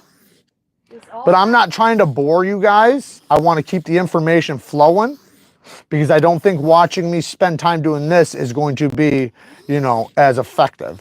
So I am working double time by going a little bit faster and going back and forth. But yes, my bevel winds up being more convex when I do that. My perfectly flat bevels always show up if I do this. And I lift up and I literally I'm locking my wrist. That's when I get the best V-ground edges, but everybody's different. Some people are gonna have an easier time staying on the stone like this just because they're not picking it up. What do you mean? They're not picking up the knife off the stone, they're leaving it on the stone so that it doesn't, so they don't have to change angle. Because once you lift the knife off of the stone, now your angle's changed. Oh, you're saying like they don't want to do any type of movement in terms of like flipping hands or like anything Or like picking that. up the knife off the stone. I see. Man, that looks so good though, man. That looks so damn good. I wish you guys could see that really well. Pull out the microscope. Man, it just sucks, man. I do got it right there, but you'll have to go grab my battery pack. It's right there. I can see it from here damn near, so. But man, it would, no, because it just sucks using the microscope too, man. The last time we tried that, it just didn't work. But you know what? This one might work a little bit better being the size of bevel it is. So yeah, we'll try to pull out the microscope and take a look at it. I got one nearby.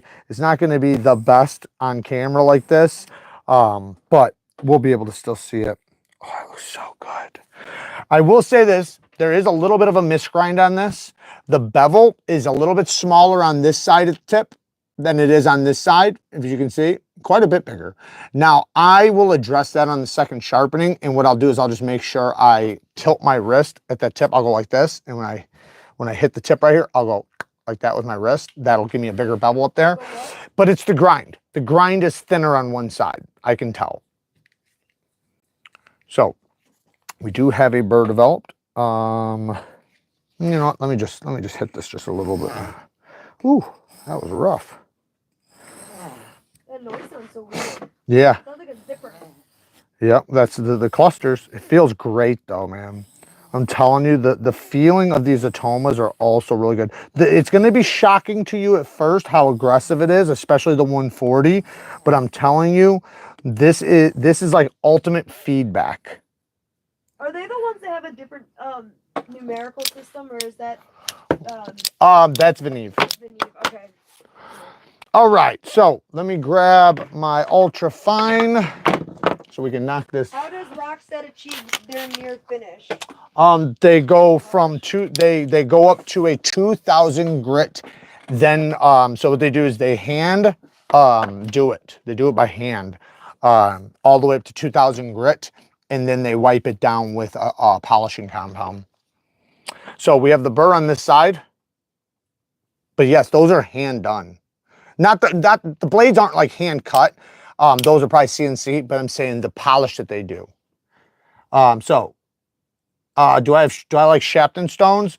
They're okay. I'm not mad at them or nothing. I just don't really like to use them. I do have some, but I'm just not a big fan. So I'm doing the stropping passes, fatiguing my burr. My burr was on this side, so I'm lightly, no pressure.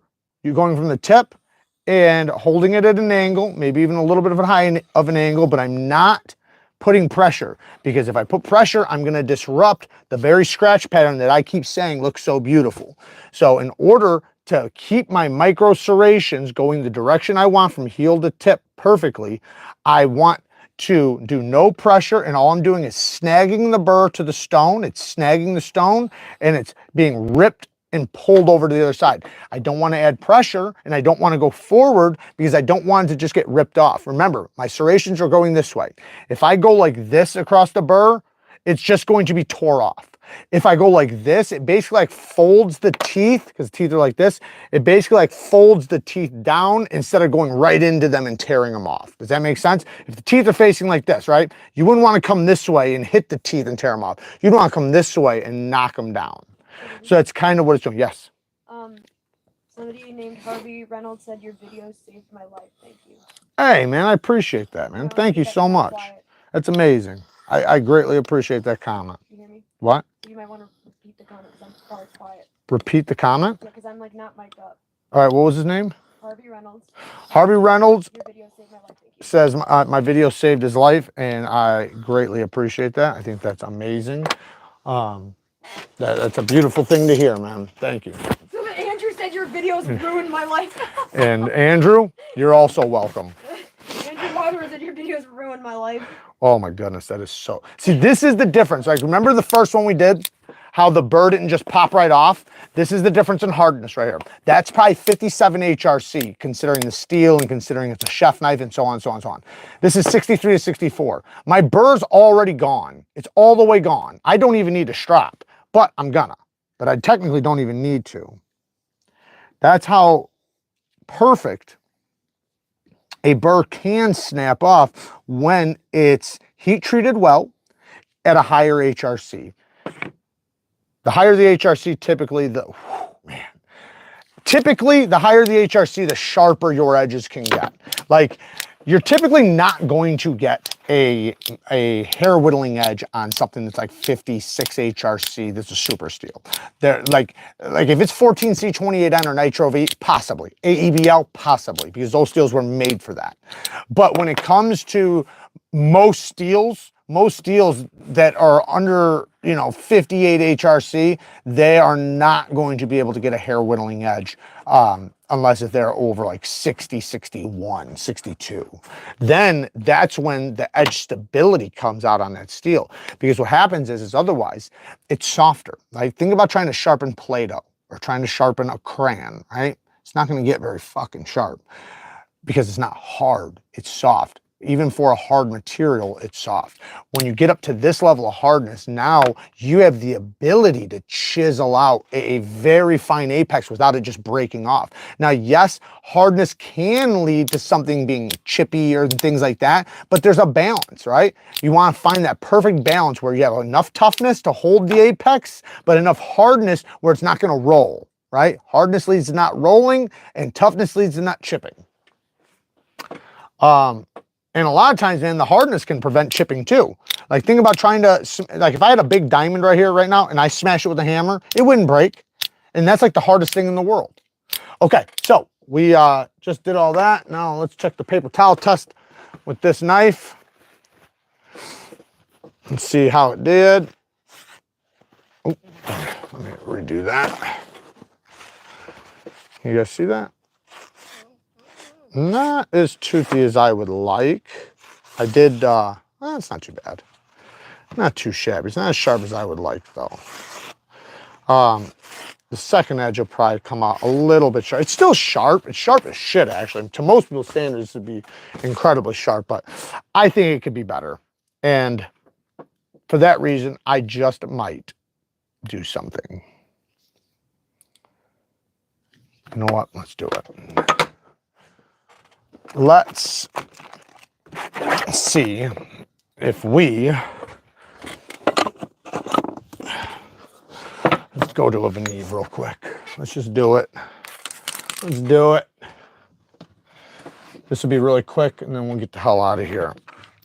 Hopefully this works out well and it doesn't backfire on me. So this is a Veneve, a resin bonded stone. What this is going to allow me to do is be able to get up to an even finer edge with diamond. Now, typically, I would, if I was going to stick with the diamond plate, I would have just dropped my grit. I would have dropped my grit to about 600 grit. That would have been even better. It would have been more toothier, because the problem with the paper towel wasn't the sharpness, it was the toothiness. Now, this is going to refine the toothiness a little bit more, but I have a suspicion that it's going to possibly help, because the teeth are just a little different. What's a good diamond stone for flattening? For flattening what? Well, that's what I was going to ask. Daniel, are you talking about flattening a diamond stone? Or he's talking about probably flattening a another stone. Well, yeah, I know, but he didn't say what kind, so I'm just wondering. And then also, what did you just spray? Someone said. Soapy water. Dish soap and water. If you watch my beginner's guide, I think I show you exactly the mixture I do. I think that's what it was. Yeah, you shared the secret family recipe of soap. I don't know if it was that video, though. I have a whole sharpening playlist, guys, where I actually have like microscopic views and really in-depth information that you guys can go watch. These are live, so I can't do that here. But you can go and watch any one of my sharpening videos. I have hundreds of sharpening videos that are very in-depth that teach you basically. Resin bonded stone. Okay, so don't ever do that. Hi, Papa Pia. Okay, so bonded stones, resin bonded stones, you don't flatten with that. You want to flatten that with silicon carbide powder. Silicon carbide powder between 60 and 300 grit. I use 60, but I mean, you can go all the way up to even 600 grit if you want to. It doesn't really matter. The grit isn't that important. It's just one's going to go faster than the other because the diamonds are still the same size inside the stone. So the reason why you don't use diamonds is because you don't use diamonds on diamonds ever. Never diamonds on diamonds. You use silicon carbide because you're just trying to knock down the resin. The diamonds are not what you're flattening. You're not flattening the diamonds. You're knocking down the resin, which has the diamonds inside of it. And what happens is silicon carbide powder is not as hard as diamonds, so it knocks down the resin, exposing the diamonds from the surface. So, and then if you want, get also a Negura stone. If you go to, man, I have tons of videos on this, but get a Negura stone that will help you condition your stone so you don't have to flatten it very often. You'll have to flatten it like once a year, maybe, if you have a Negura stone, because you can literally just condition it every few sharpenings. And basically it's just a square stone that's like an aluminum oxide stone or something, and it just helps knock down the resin and expose the diamonds, keeping it nice and flat.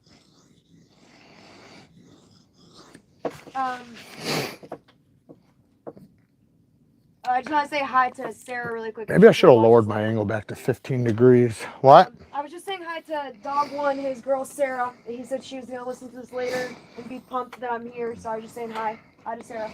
What's up, Sarah? Also, I think it's hilarious that somebody asked, what diamond plates are good for flattening, and your answer is no. What's a good stone? No.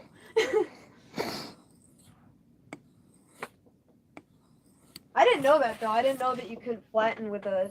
You don't ever want to use diamond with diamond. Is and it just because they're the same hardness, so it's pointless? Yeah, you're just scratching your diamonds. I remember in like geology having to put them on like... Yeah. There was some You're just ruining your diamonds at that point. That's why you want to use... because remember, the point isn't for the diamonds. The point is not to knock down the diamonds. The point is to knock down the resin. Do you remember my hilarious sharpening stone diamond joke?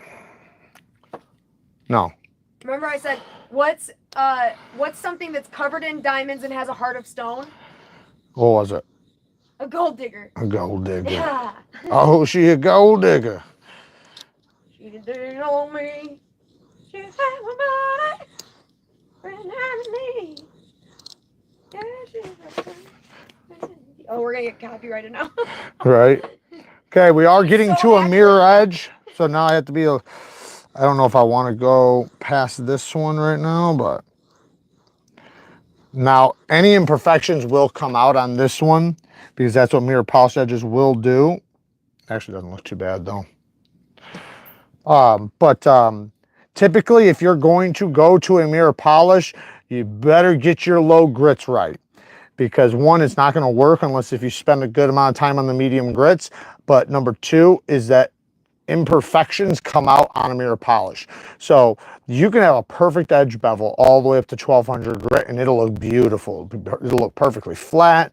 Your scratch pattern will look great. Then you take it to a mirror polish and all of a sudden you have facets galore. And facets are just where you can see your angle changed a little bit. So typically I don't recommend going up to a polished edge unless you have a fixed angled system for a good while. First, learn how to master the first two stones. First two stones are the most important stones in your arsenal anyways. You're not going to get any skill and you're not going to be able to get any sharper of an edge unless if you can get the sharpest edges you can imagine with two stones. So like a 300 and a 600 or a 140 and a 400. Make sure your second stone is between 400 and 600 grit.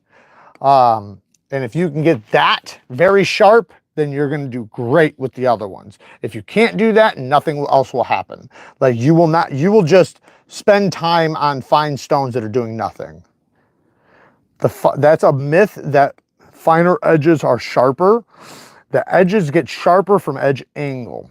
The bite gets finer. That's all that happens with the mirror polish. Maybe the apex is slightly thinner, so maybe slightly sharper, but not really. All right, we are pretty much ready to burr removal. Now, the cool thing is that when you have a bonded stone like this, you don't accumulate much of a burr, so I don't have to really fatigue it too much because it's a bonded stone and it's at this about 3,000 grit. Yeah, I think I should have lowered my edge angle though.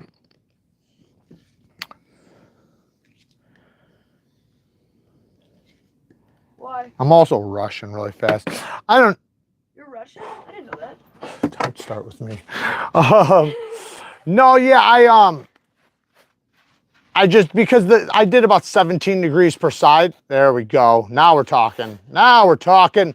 No, when I did 15 degrees per side, my last one, because remember, I just got these back from Tactile because I sent them in to get the new back strap and they changed the blades out. I had both blades sharpened at 15 degrees per side. They gave me brand new blades, which I'm very happy about. Thank you.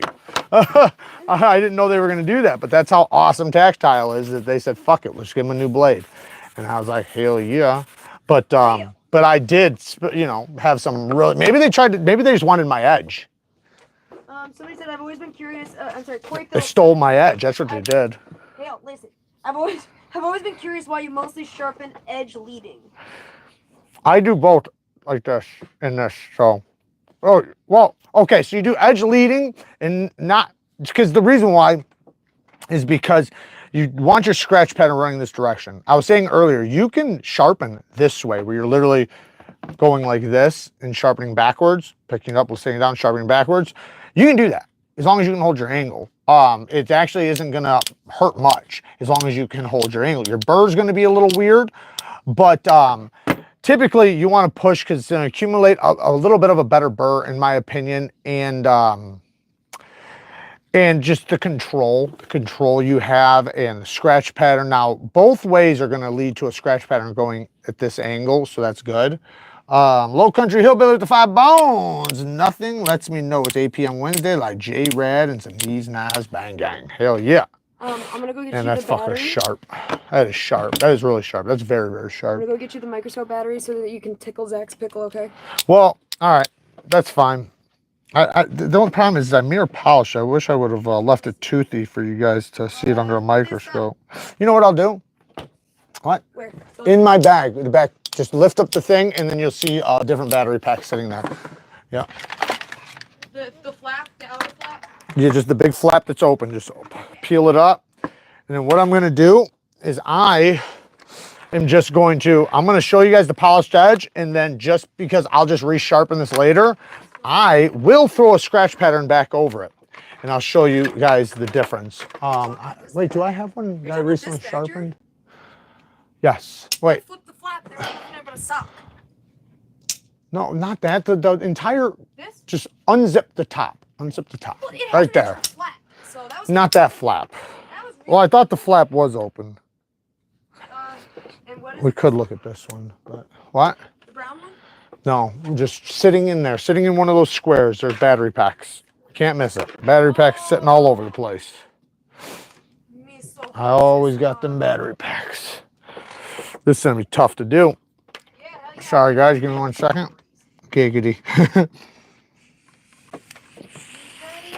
So we're gonna look at the polished edge under there, and then I'm gonna get a toothy edge. And if I have to, I'll put a toothy edge pattern under or on that knife. What do I have on this one?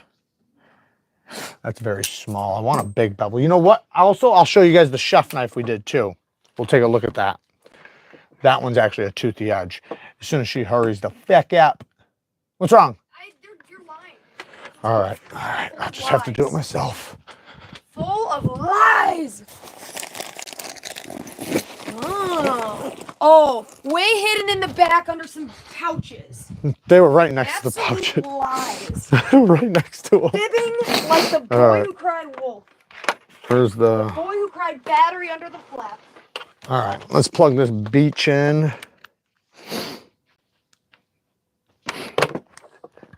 Okay, let's get the lights correct. And I have to get over in the front so I can see. And then I'll grab this kitchen knife too. Are you gonna? I'm gonna stand over here. Yeah, machine? that's what I'm gonna do right Okay, now. all right, then I'll back off. Because it is not focused. Do you need me to do anything else? What? Do you need help with anything else regarding this? Not at the moment. Maybe in a moment. I'll just keep watching the comments for you since you have to stay still. See, I hate doing this on camera because you can't. It's hard for me to do it. You want me to work on the focus on you? No. Okay.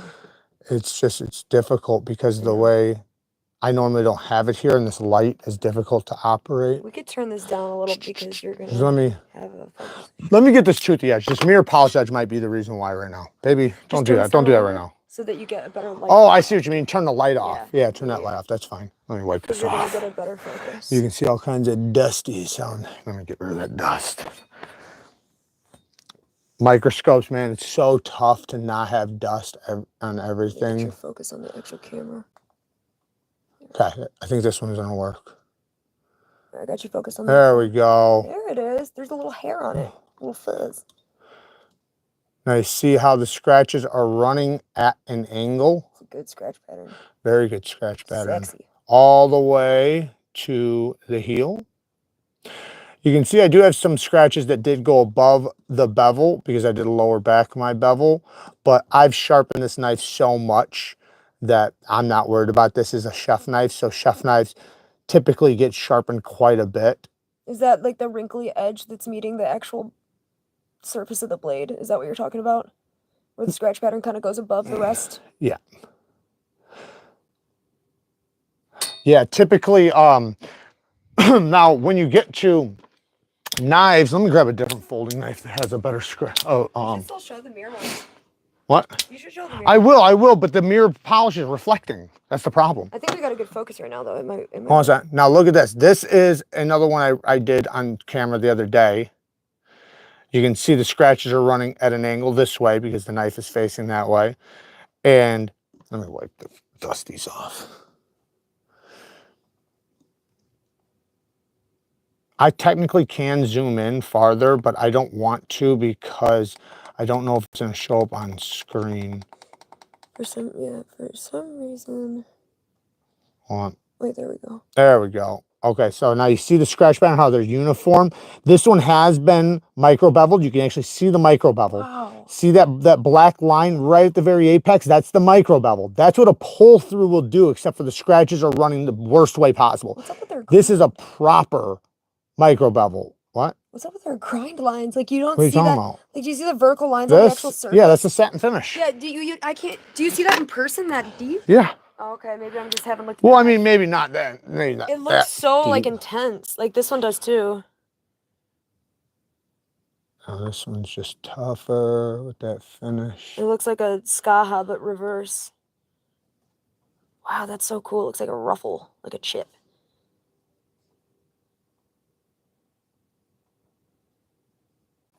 You're so talented. Yeah, this one you can actually I can see a lot of imperfections with this one. I can see a lot of facets. You can tell I rushed. That's like one of the worst edges I've done in a long time because I was rushing so much. But It was still pretty. it still looks pretty. Here's one. This is another mirror polish one. Now this one I took my time on, so this one you're going to be able to see. This one's perfect. I did this one like I don't know 2 months ago or something. Let's go this way. Oh, let me go back this way and angle it. Right there. Sorry guys, we cannot see comments like at all right now. Yeah, just hang on 1 second, guys. I'm gonna be done with this in 1 second. Oh, there we go. Damn it. There we go. All right, right there. This is a mirror polished edge, guys. You see how you see the teeth still? In the naked eye, this is a mirror edge, as you can read off of. Look at how deep the scratches still are. You can't tell. They're more like chaotic, it seems like deeper almost. Like here's another angle of it, so you can kind of see that it is a mirror polish.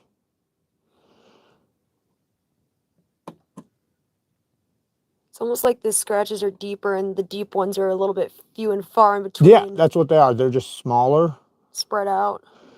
There we go. Look at that.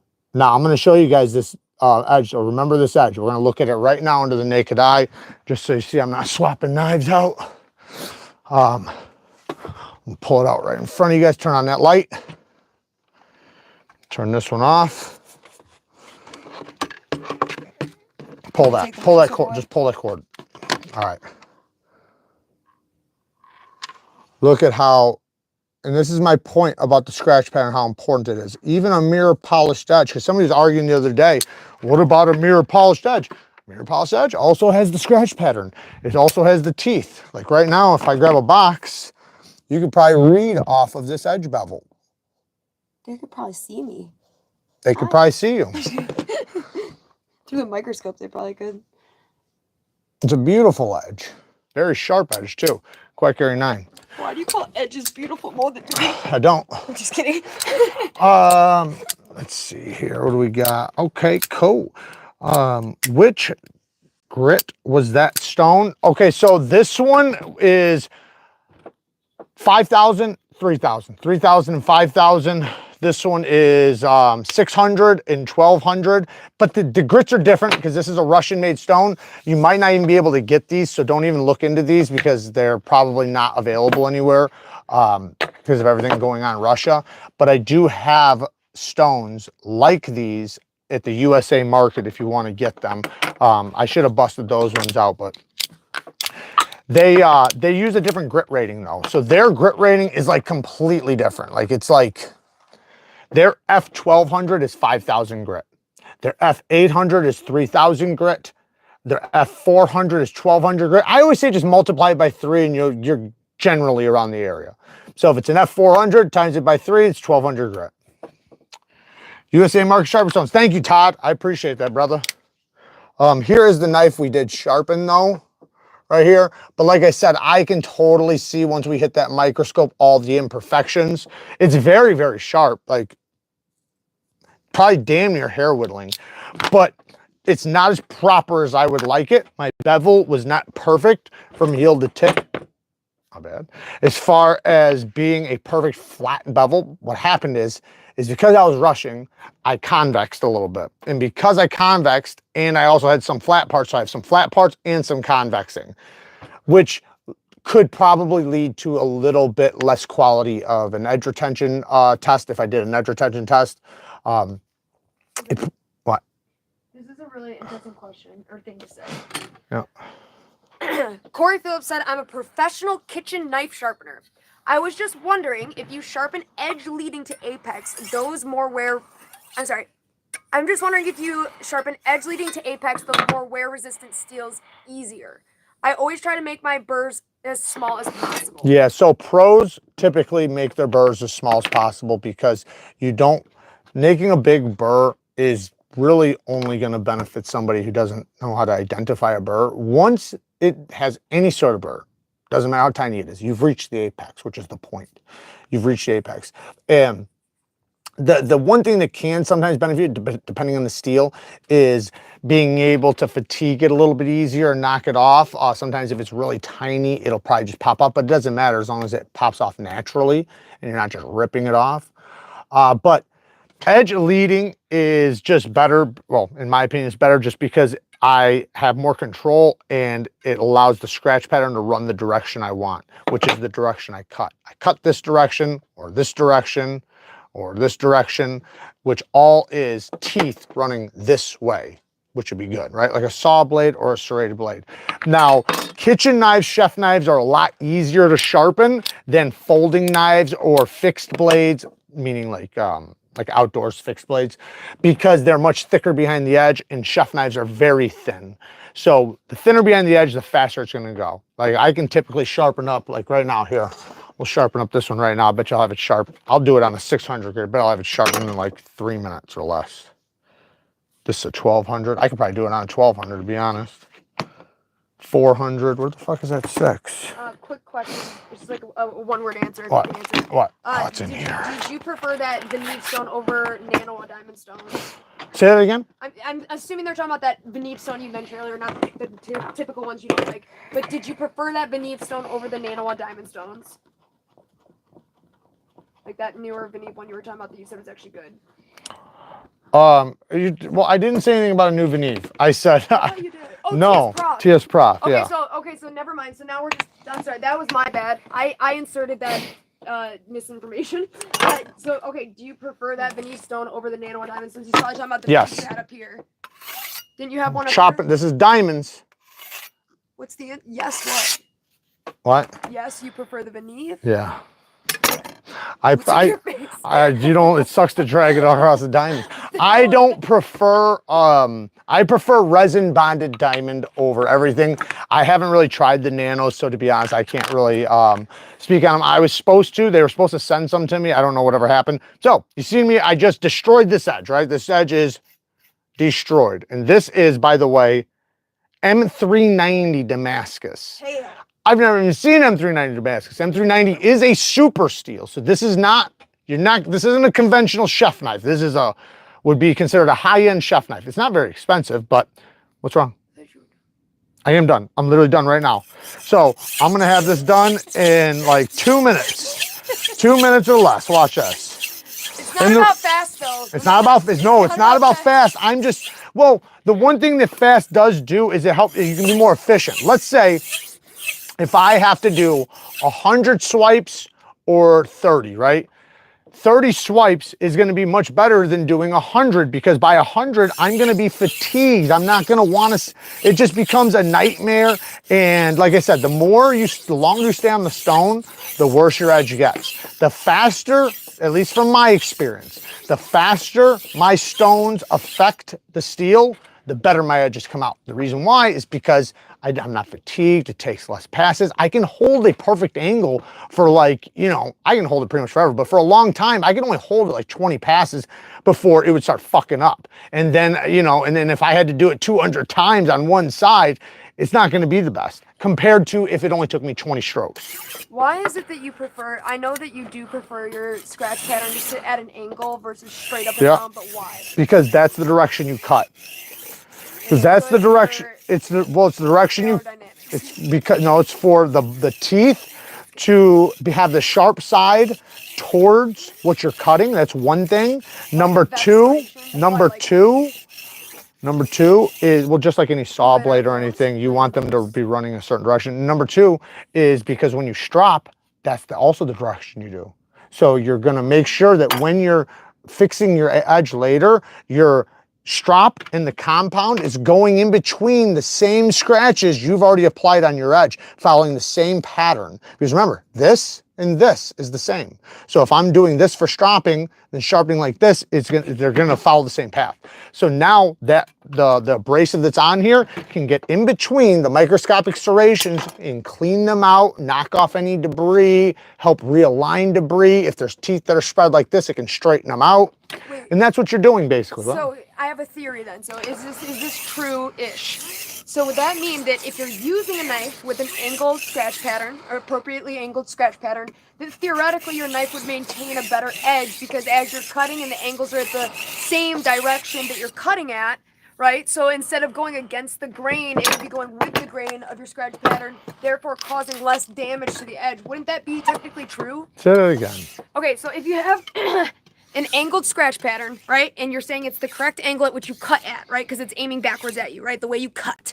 Okay. Right? So theoretically, wouldn't it make sense that the angled scratch pattern also provides you with better edge resistance to damage, because you're cutting in line with the angles, right? Whereas a straight up and down one is going against the grain to your cut. Well, no, so a straight up and down is still okay. Or even backwards. The thing is, the backwards is what you don't want. That's bad. Difference, like a small difference. Like, is there a maybe there is a small difference. There is absolutely a small difference, but typically the big difference, because typically a straight up and down, and she's talking about the scratches running straight up and down instead of at an angle. Typically that comes from a factory, because a belt sharpened edge runs straight up and down. Now, The reason why belt sharpened edges don't last as long, especially on super steels, last as long, like literally your edges won't last very long at all from a factory edge. But once you sharpen it, the edge retention will come out. The reason why though is because the belt is going so fast it heats the edge up. Now that's why, and also another thing is that those belts typically can't cut the carbides. So diamonds do, and that's why I recommend diamonds. So when you change it to a diamond like I did, I watched a test. Look at that, that's fucking sharp, man. Look at that. How long did that take me? Did you time me? Yeah, that's what it was like 3 minutes. But see how fast that sharpened up, like compared to that folding knife? Like I know I only used 1 stone, but yeah, that's a kitchen knife. That's what I said. I said a chef knife goes so much faster. What the fuck was I just talking about a second ago? I don't know. We were talking about something. You asked a question. I provided a theory. Okay. About scratch patterns and going against the grain. So with the carbides, they don't get cut by the belt, so then diamonds will cut them and create a proper bevel. And I watched a test one time where the knife cut 50% longer from a diamond sharpened edge versus an aluminum oxide. So that means in the same fixed angle system, like it wasn't a belt sharpened, it wasn't a factory edge.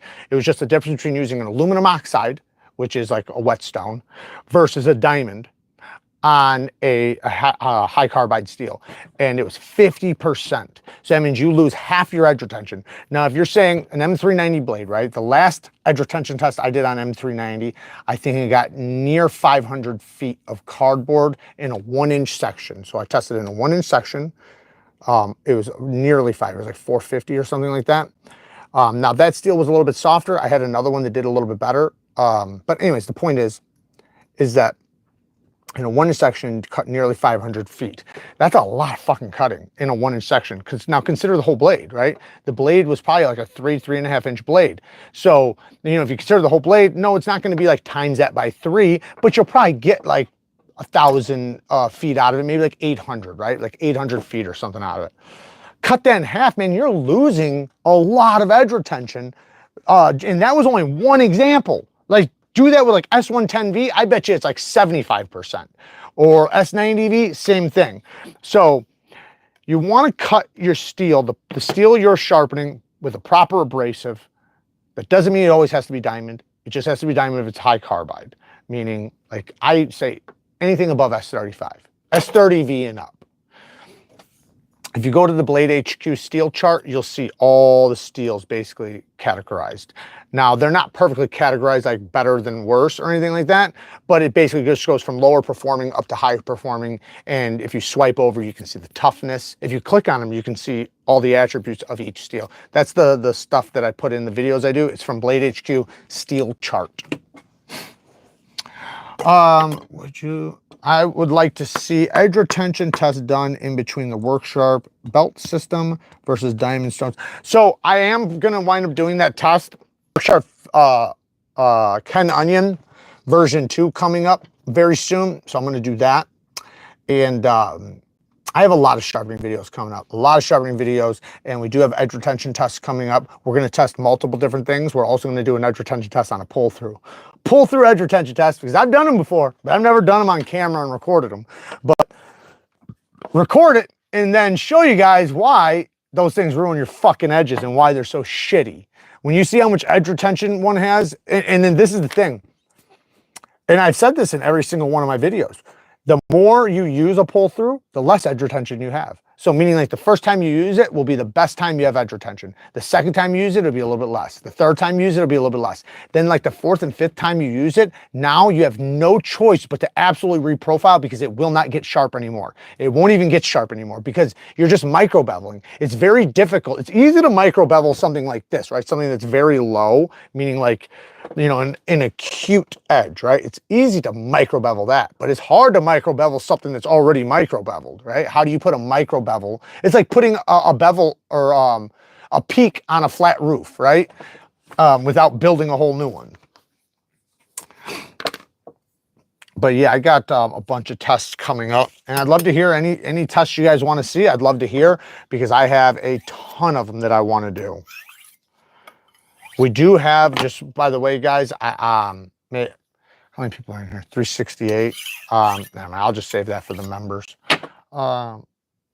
Scratch my first nice folder with a pull through. Had no idea what I was doing, and it's part of what led me to this. Yeah, I'm sorry, man. I wish you'd have caught my videos earlier. If you guys really want to see what happens, just go watch my test on pull through sharpeners. Yeah, he puts a rock stud through it. No, I didn't. I did put a nice knife through it, though. I think I put K390 through it. No, you should do that. Putting my rock stud through a pull through? Yeah. Just to see it for science. For science. Putting my rock stud through a pull through for science.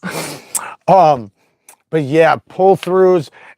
The reason why is because the scratches were running the opposite way and you're micro beveling. That's it. A micro bevel cannot, it doesn't have the ability to last very long because edge retention is going to be determined by geometry, the first and foremost. So the most important part about a knife before steel, heat treat, anything is just geometry.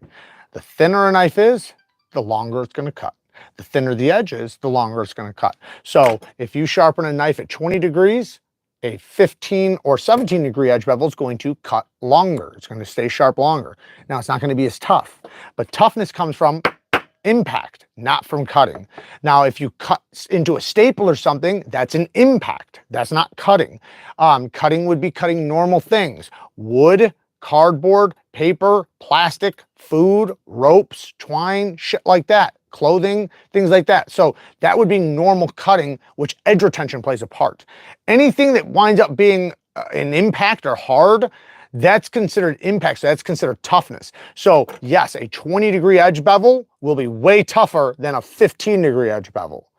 But a 15 degree edge bevel will be far sharper and cut far longer as long as you're not hitting things. So you have to figure out what works for you. That's not saying a 15 is better than a 20. It just means you got to figure out what works for you. Now, another thing is the blade geometry, how thick the blade is, right? If it's a thicker blade, it's going to be tougher, right? You're going to be able to pry with a thicker part of metal than a thinner part, right? So when you're cutting with something thick, it's not going to cut as good. You're going to fight to get it through. It might not even make it through, or it could just create a lot of fatigue and you're not going to enjoy using the knife. A thin knife is going to slice through really nicely. Now, again, the thicker one will be way tougher. You'll be able to chop with it. You'll be able to pry with it. You'll be able to baton with it. But it's not going to cut very well. So you have to pick the poison. What's important to you? And for me, personally, right now, like, that's not saying I don't have tough knives. Like, I have tons and tons of tough knives. I literally was just batoning this the other day at a campfire. These are thick as shit. These are hard use knives. But typically for my folding knives, my chef knives, kitchen knives, EDC fixed blades, I want sharp, razor sharp, long-lasting edges that are easy to tune up. Because one other thing that a lot of people don't consider is that a low-angle edge that is sharper, yes, it's more brittle when it comes to impact, but way sharper and holds a better edge for longer. But the one thing people don't consider is the ease of maintenance. A low-angle edge strops and hones back 10 times easier than a thick edge. Like if I sharpen a knife at 25 degrees versus 15 degrees, much easier to find my bevel because it's bigger, so I can find it easier. I can see it better, and the apex is thinner, right? The thinner the apex, I just want a piece of paper and pen.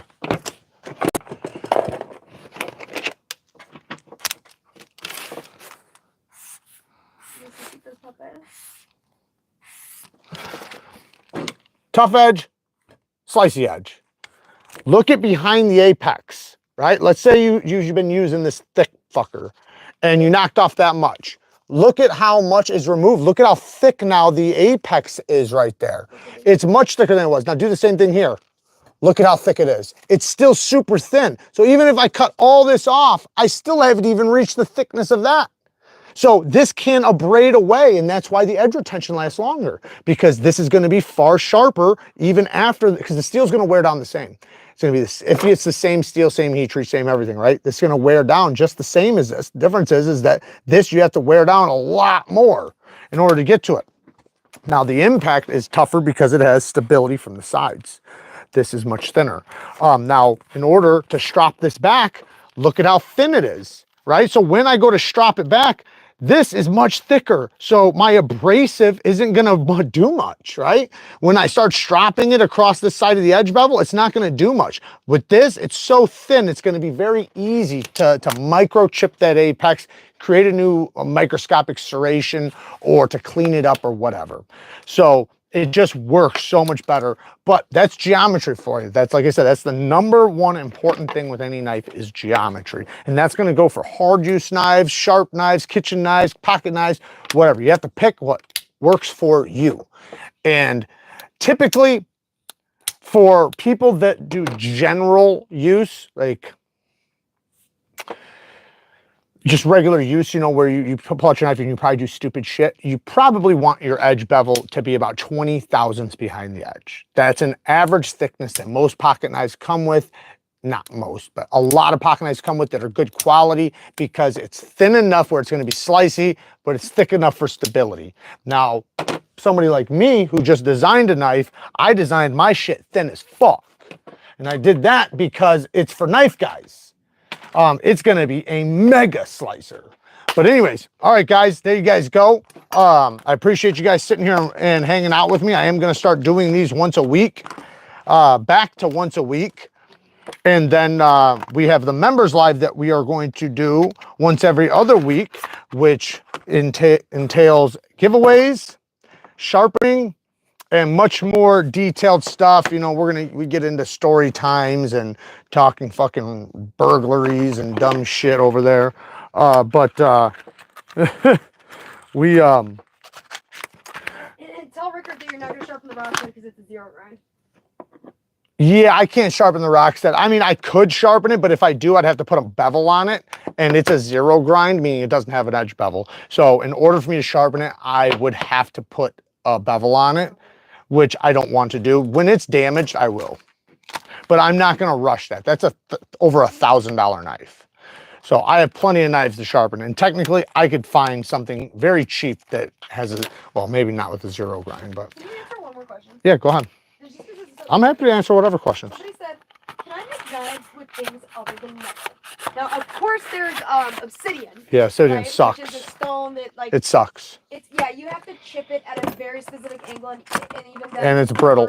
It's brittle. That's the problem. You have to have native Steel blood. will always be superior to that. It's so hard that it doesn't have any give to it. Like, Yep. it's like the No proper toughness. UI of an HRC. Yep, like, that's exactly what it is. It's like glass. But the biggest problem is that it can't be thin. You can't get it like this. So like if I had an obsidian knife this size and I tried to chop your arm off, I'm gonna hurt you really bad. I'm gonna cut the fuck out of you, but it ain't going straight through.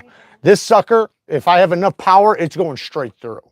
Rickard said you can learn about sharpening a convex on a bark river knife, but that still takes away the zero grind. Yeah, it's a convex. Convex. I can do a convex edge, no problem. That's a convex grind. The entire knife is a convex grind.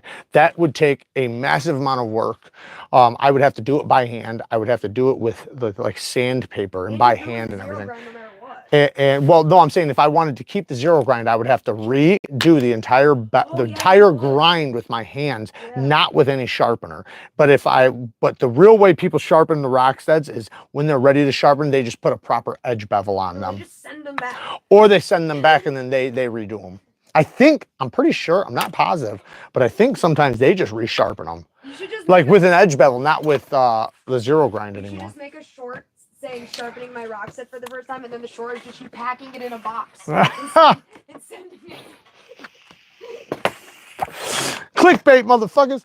No, one day I am gonna make that video. I am gonna sharpen the rock stud on video one of these days, and it'll be a great video. Those of you that don't know what a rock stud is, the rock stud is a Japanese-made knife that's at the highest level you can imagine. It's absolutely beautiful. I actually just had one in a video yesterday. Look at the last knife in that video. I have 2 rock studs in it, and my lovely wife Kara got me a rock stud. I did. About $2,000, over $2,000. Yeah. It was like $2,200 or something like that. I think that's what they're going for right now. Time to pay that sucker off. I sneakily did it for the longest time. Anyway, what's that other material that they make the blades out of? It starts with a T. It sounds like titanium, but it's not. Teravantium. Teravantium. Tell that Terravantium's another one. You can make blades off of that, but it's a very soft HRC, but it actually does hold an edge really well. It's made out of, I think, cobalt and titanium or something. It's a mixture of titanium and it's terravantium and it's corrosion proof. You cannot rust. You can drop it at the bottom of the ocean. Nothing will ever happen. There's no iron in it, but it still does sharpen up. I have a couple knives with it. And I did do an edge retention test on it. It cut about the length. It's different. So I can't really talk about the edge retention too much. In the video I did, but it doesn't make sense to hold it to the same standard as a steel like this because they're different. That stuff, as you cut with it, it gets toothier and toothier. So it tends to hold a toothiness. Now, that doesn't mean it's going to cleanly cut through paper, right? So the standard tests that I do, cleanly cutting through paper, cleanly cutting through paper towels, that's hard to do with that knife because it's going to snag or it's not going to cut that, but it'll cut for a long time other things. So it's just a different type of sharpness. Yes, you can get a paper shaving sharp off the stone, but like I said, the more you use it, the more aggressive it gets. What's up? I just want to answer a question so I don't have to say. Yeah. Frog, to answer you about. I guarantee they can hear you just fine. What you said with, I know. Okay. Wait, what do you mean? You're yelling. Oh, sorry. Go ahead. We just yell in this household. That's true. Anyway, Frog, with what you're talking about, it's gonna depend if you want to learn, you know, freehand sharpening on a stone, like what Jared was just doing, or if you want to use like the system, which I assume is the tool you're talking about. But any type of sharpening. What's he asking? Well, he was asking about like just literally explaining how to sharpen. We recommended the playlist, and then he said, Neeves, I saw there are some methods for consistency at a certain degree to sharpen a knife without human errors, including, but requires a tool, what I saw. Well, I gotta check things out more, but thanks. I mean, honestly, like I said, it depends what you're trying to learn, but even with, you know, a fixed angle system or freehand sharpening, there's always angle finders and ways that you can improve your angle. I don't know exactly what he's talking about, though, with no human error. I don't know how that's possible. If you want to do freehand and you want the least amount of error, you're gonna just get angles. There's little angle finders that you can put on your stone. They're little ski ramps. Yeah, they're just these little ramps, and you put them on your stone, and they come with all different angles. Like you can also use them for mini skateboards. All at the high angles, and you just set them on your stone, and you set the knife on there, and you follow that, and you just hold it. So once you have it, you can just hold it and go across, and it works. They work very well. I recommend them for anybody learning to sharpen. What in the fixed angles have them set? Yeah. Where the fuck did that go? So you can preset your angle on the fixed angle system with a digital angle finder that you set on the pole, you know, so that your little pole thingy is at the right angle. I'm sure that's the technical term, pole thingy. Yeah, pole thingy. Yeah, that's it. Definitely. You got it. Yep. Now you could just get something like this, which has everything built into it. This has angles built in. Like I said, I've tested damn near every sharpener out there. I literally got, I don't even know how many sharpeners. I have pretty much everything. Damn near. Like, look, I have a fucking Wicked Edge here. I got that new KME here. I got fucking everything. This guy has angle guides built into it. You can flip these, and there's a 25 and a 20 degree. Yeah, 25 and a 20. You can actually read it right there. And then it has a ceramic and 2 diamond plates, and you flip them. And it has also a tilt mode, which helps you not have to lift your elbow to get to the belly. And it works great. Jared, when do you think you are ready to sharpen the Rockstead? Don't get me started. Somebody asked a good question. Jared, you're a madman. You taught me something new tonight. That's awesome, man. Thank you. You got a Tech Deck skateboard for them ramps? I know you do. It doubles as a skateboard ramp. You know, the mini skateboards you can do with your hands. I was never a skateboarder. Jared, you can look around for a special convex adapter for your chair. I got that, but that's different. What I'm saying is that that's a different type of convex. That's a convex edge, not a convex grind. A convex edge is going to be much more rapid, right? Because it's smaller. This is a long tapering. Like you're not going to be able to do it. Like you'd have to do it by hand. It would be nearly impossible to do it on a fixed angle system that wasn't perfectly set up for that. Like specifically made for it. Freehand, could you do it?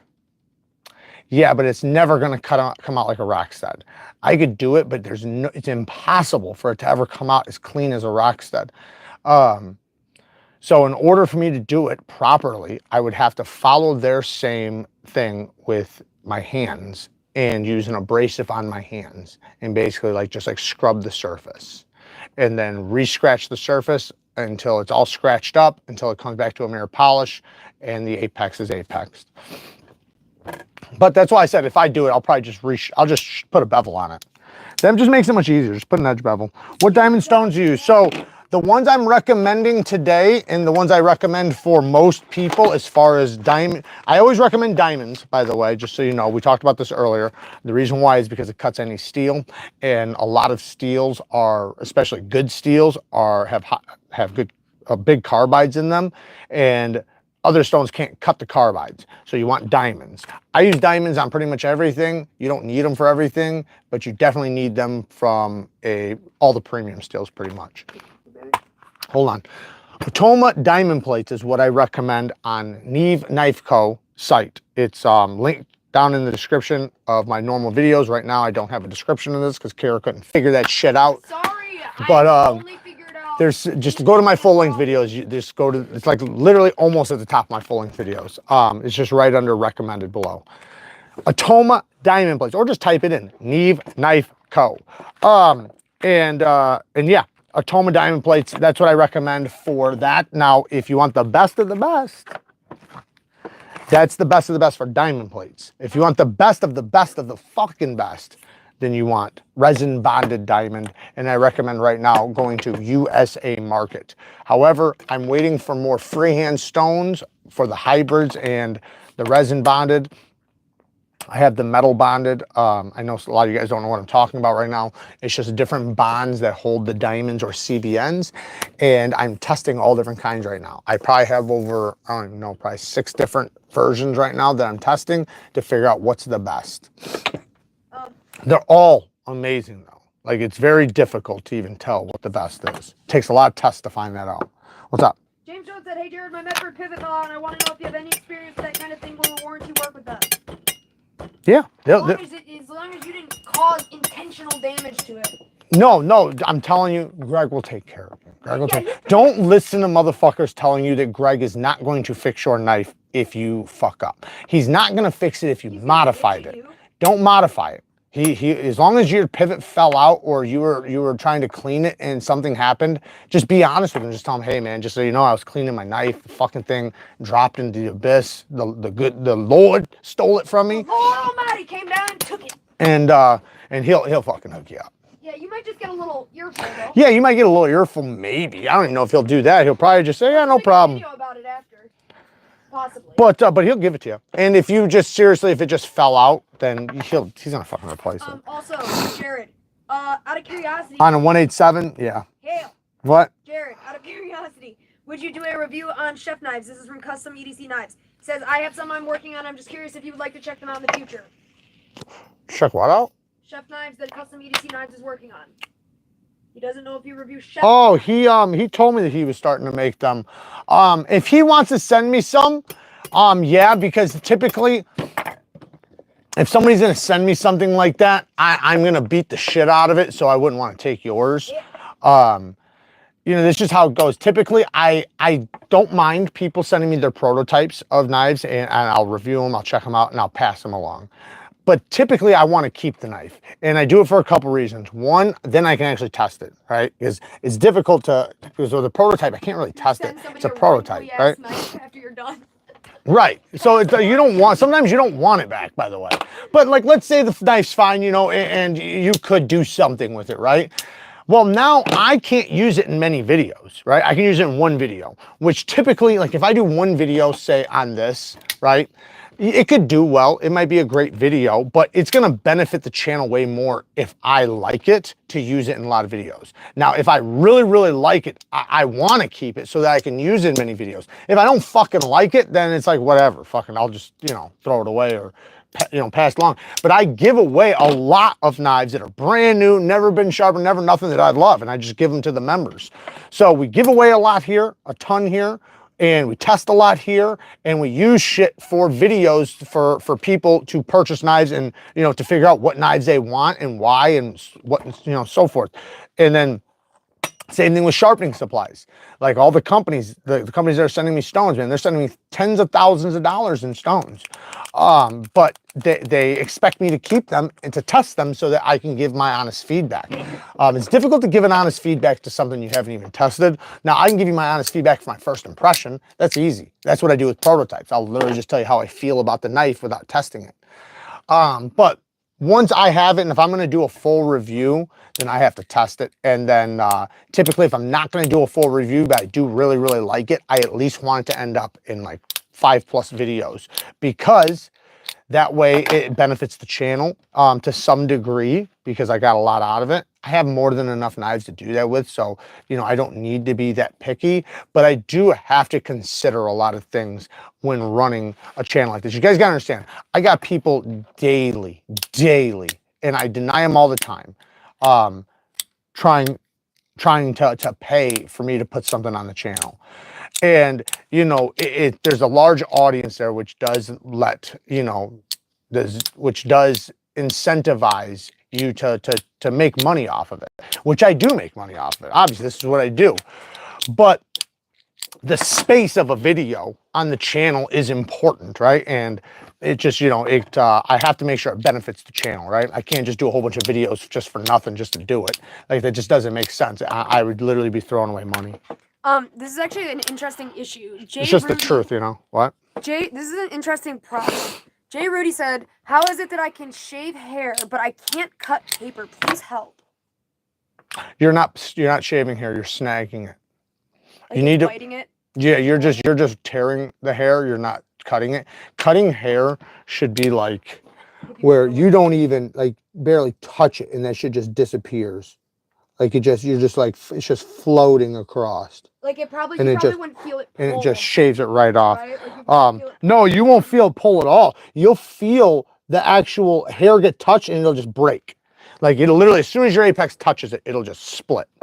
I wish I could show you guys it better, but I don't have very much hair because I shave it all the time. See that? See how it's just popping?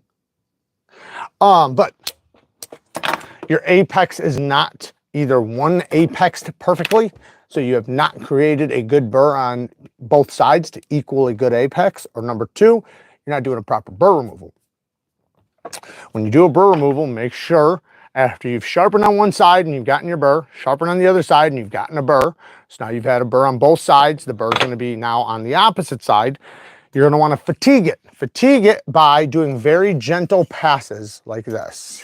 Doing stropping passes basically from the tip to the heel. That's going to help flip the burr over, back and forth, back and forth. Then do a couple very gentle forward passes. These are very gentle. There's no pressure because you're not trying to change your scratch pattern. You're not trying to change your apex or your microscopic serrations. You're only trying to remove the accumulated steel at the apex.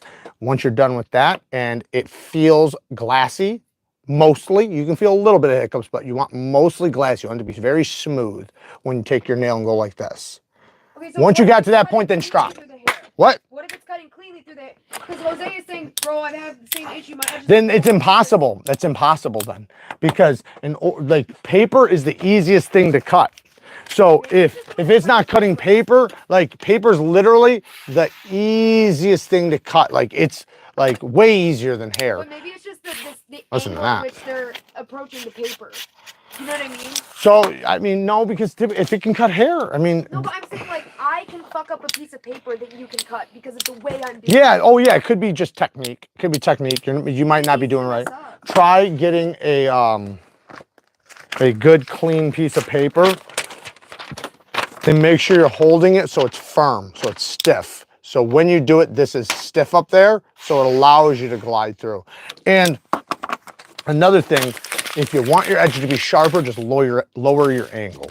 If you're sharpening at this angle and it's not doing what you want, sharpen it at this angle. It'll do what you want. Changing angle changes everything.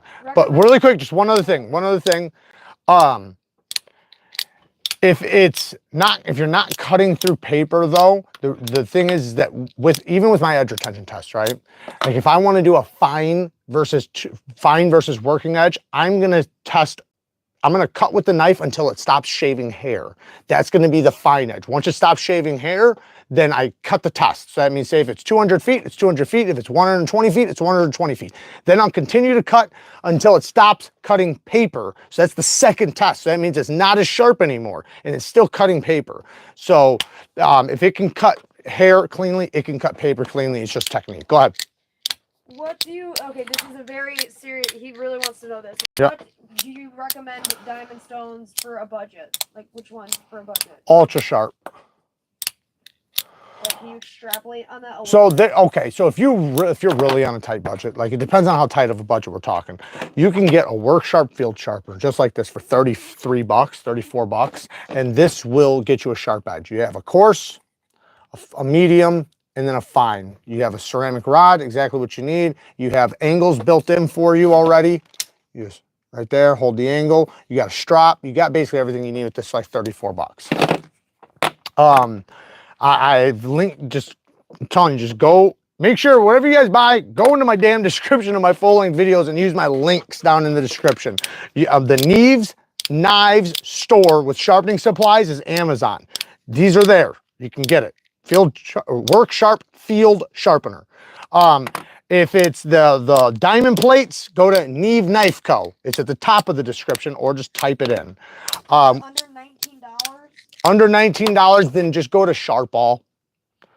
Go to Sharpall. Sharpall give you what you want.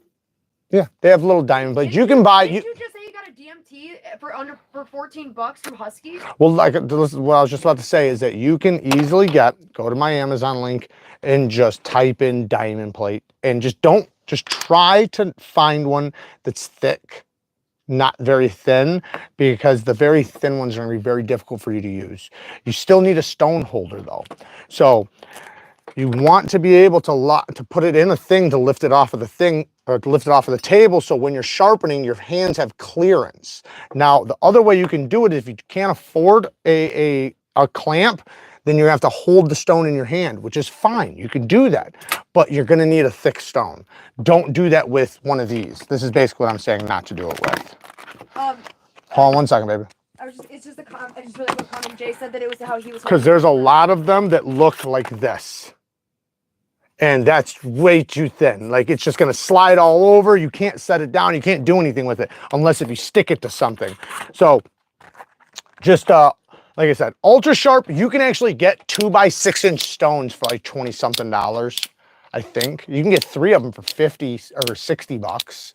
So yeah, you can get the single ones, 2 by 6 inch stones. Just go to my Amazon link, Neeves Knives store and sharpening supplies, in the description of all my full-length videos, and then just type in, I have the ultra sharps already in there, but you can just go to the top search bar and just put in ultra sharp, exactly how it sounds. Go ahead. It was the way he was holding the paper. That'll do it. That'll do it. Yep. And Optimus Prime. Thank you, Todd. Man, thank you, Todd. You're awesome, man. Todd keeps putting in the links, guys. So just so you guys know, everything's there. Thank you so much, man. Wonderful job Todd is kicking ass. Todd. No, he really is doing a wonderful. Oh, he's doing a fucking amazing job. Also, Optimus Prime. We're not talking about like the rigidity or the apex coming at the paper. Literally the technique of the human. Like if you hold the paper with a weird fold and start at kind of the wrong end of the knife or something like that, it can just cause a hindrance on your ability to cut. Yes. Yeah, you want to hold the paper where it's firm. Wants it so bad. This one? I don't know, whatever you're fidgeting. This is the Chupacabra tactile knife. This is what we sharpened earlier in the video, in this live. Chupacabra MagnaCut Steel 6364 HRC, using a very similar lock to a Snex lock, aluminum scales, USA made, badassery. This was the USA made Kershaw Launch 19, CPM 154 steel, aluminum handles. And then this was the Quiet Carry 9, made in Taiwan, 20 CV steel, titanium frame lock with a fat carbon fiber inlay. Yeah. Quiet Carry. Yeah. How good is the stone that has the oxide stuff in it? Aluminum oxide Oh, okay. So aluminum oxide stones would be bottom of the barrel. That would be like the bottom of the barrel. I personally wouldn't even use it on anything other than like a chef knife. Chef knives are typically okay unless if they're like a steel like this, but most chef knives are not going to be a steel like that. You go throw it in the pond with that Gerber. If you know, if you're wanting to go very budget like that, go to King water stones. They have sets where you have 2 stones in one. These are water stones. You will have to soak them. They are messy, but they're hard still. And a lot of wet stones, I'm telling you guys, I've been through a lot of fucking wet stones, and some of them are just an absolute nightmare, like a fucking nightmare. Like Yeah, they're just, they chip, they scratch, they break, they fucking, you'll have to dry them out a certain way. Your knife gouges them. There's water everywhere. Your hands get wrinkly and nasty. The King water stones, they hold water pretty well. They're Japanese made, and they're dense, so they're pretty good. But other than that, I would say just get diamond plates, man. Diamond plates are going to be your best friend. They cut the fastest. They work the best. Diamonds all day. Once you go to diamonds, if you buy whatever stone, like lower quality stone, it doesn't have to be lower quality, but just different type of abrasive, and then you go to diamond, you almost never will go back. Like, unless if it's on a chef knife. Like a chef knife kind of makes sense because they're so easy to sharpen, and they're sometimes pretty fun to sharpen on, like on a king stone or something. Your edges come out really, really nicely. But that stone is okay for those types of steels. But once you start talking about sharpening folding knives and fixed blades and things like that, and multiple chef knives, diamonds are what you want, man. Because every pass is like doing 10 passes on one of those. Hey, baby. Yes. Scroll down to the, so you're caught up on the comments, and read the one from Big Easy 745. I've been sharpening for about 15 years now, and this guy knows what he's talking about. I've been subscribed to him for about 4 years now, and he's one of the top 3 in my opinion on sharpening. Thank you, man. That was an awesome comment, man. You know, when I do my shorts, I get a lot of hate. But I know that they don't know what they're talking about. But you have people that have sharpened for a little bit or something, or maybe they've learned how to sharpen here and there, or maybe they grew up sharpening, but they never really did it in a scientific way, right? So they think they know what they're talking about, or something was passed down to them from their grandfather or their father, and I hate to break it to them when they're wrong. But I still will, because, you know, it's just the truth, right? And they'll come in telling me how I'm wrong and how I'm spreading misinformation and all this shit. And it's like, you're talking to somebody who's literally spent years studying this, like testing it. I have hundreds, if not thousands of videos on fucking sharpening. And I've done like just about every test out there. And do you know, for 2 years I tested sharpening before I ever even made a video on it. Like, it's crazy how people will come in and they'll watch one video and never look at what you have. They'll never go down your catalog and think, or just find out, like, does this guy even know what he's talking about? You know what I mean? And like, it's so funny sometimes, because there's a lot of things like people will literally tell me I'm lying about, and it's an absolute fact. Like, the things people will argue with me about and claim that they know. Knocking off a Burr. Well, I have people that argue to use metal honing rods. Like, that's just batshit crazy to me. Throw those fucking things away and get a ceramic. It doesn't make sense in 2024. Do they work? No, not really. But like the little tiny bit they do work for chefs and stuff, if they got a ceramic, they would never go back to a metal one, because a ceramic works 10 times easier. So instead of doing 10, 20 passes like they do, you don't have to do 2. And this is an abrasive. A metal honing rod's not an abrasive. It's metal. That's not an abrasive. This is a stone. This is an abrasive. So this is actually adding the scratches you want down your edge bevel. A metal one is cutting them off. You're literally cutting off your microscopic serrations. So can it realign teeth? Yeah, it can. So like if your teeth are going like that and you want to realign them, it can barely do that, but it can do that. This will do that, plus add them or remove them if you want, just based off of pressure. If you don't want any removed and you only want to push the scratches, you just do no pressure and it will do it. You can micro bevel, you can polish on it, you can do so much more on it. So it's just what's better, right? It's like trying to recommend doing a horse and buggy versus driving, you know, a Ferrari. Go ahead. Two things.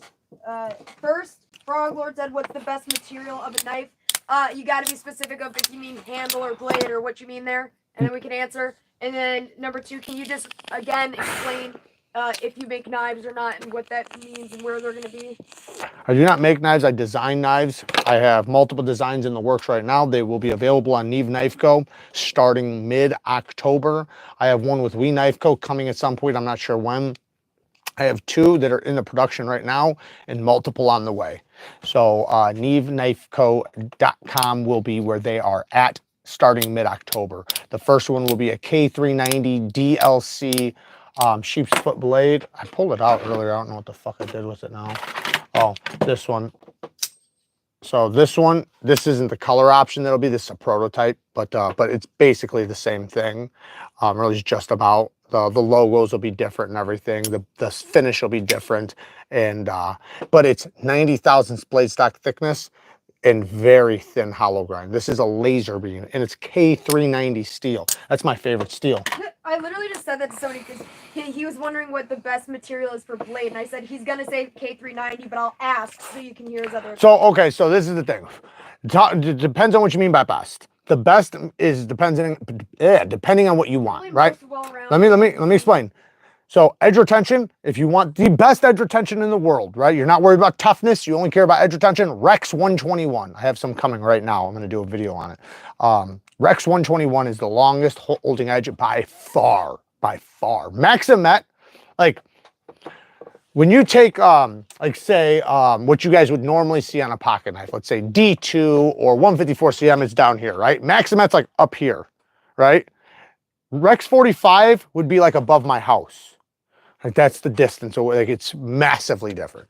It holds an edge for a serious long time.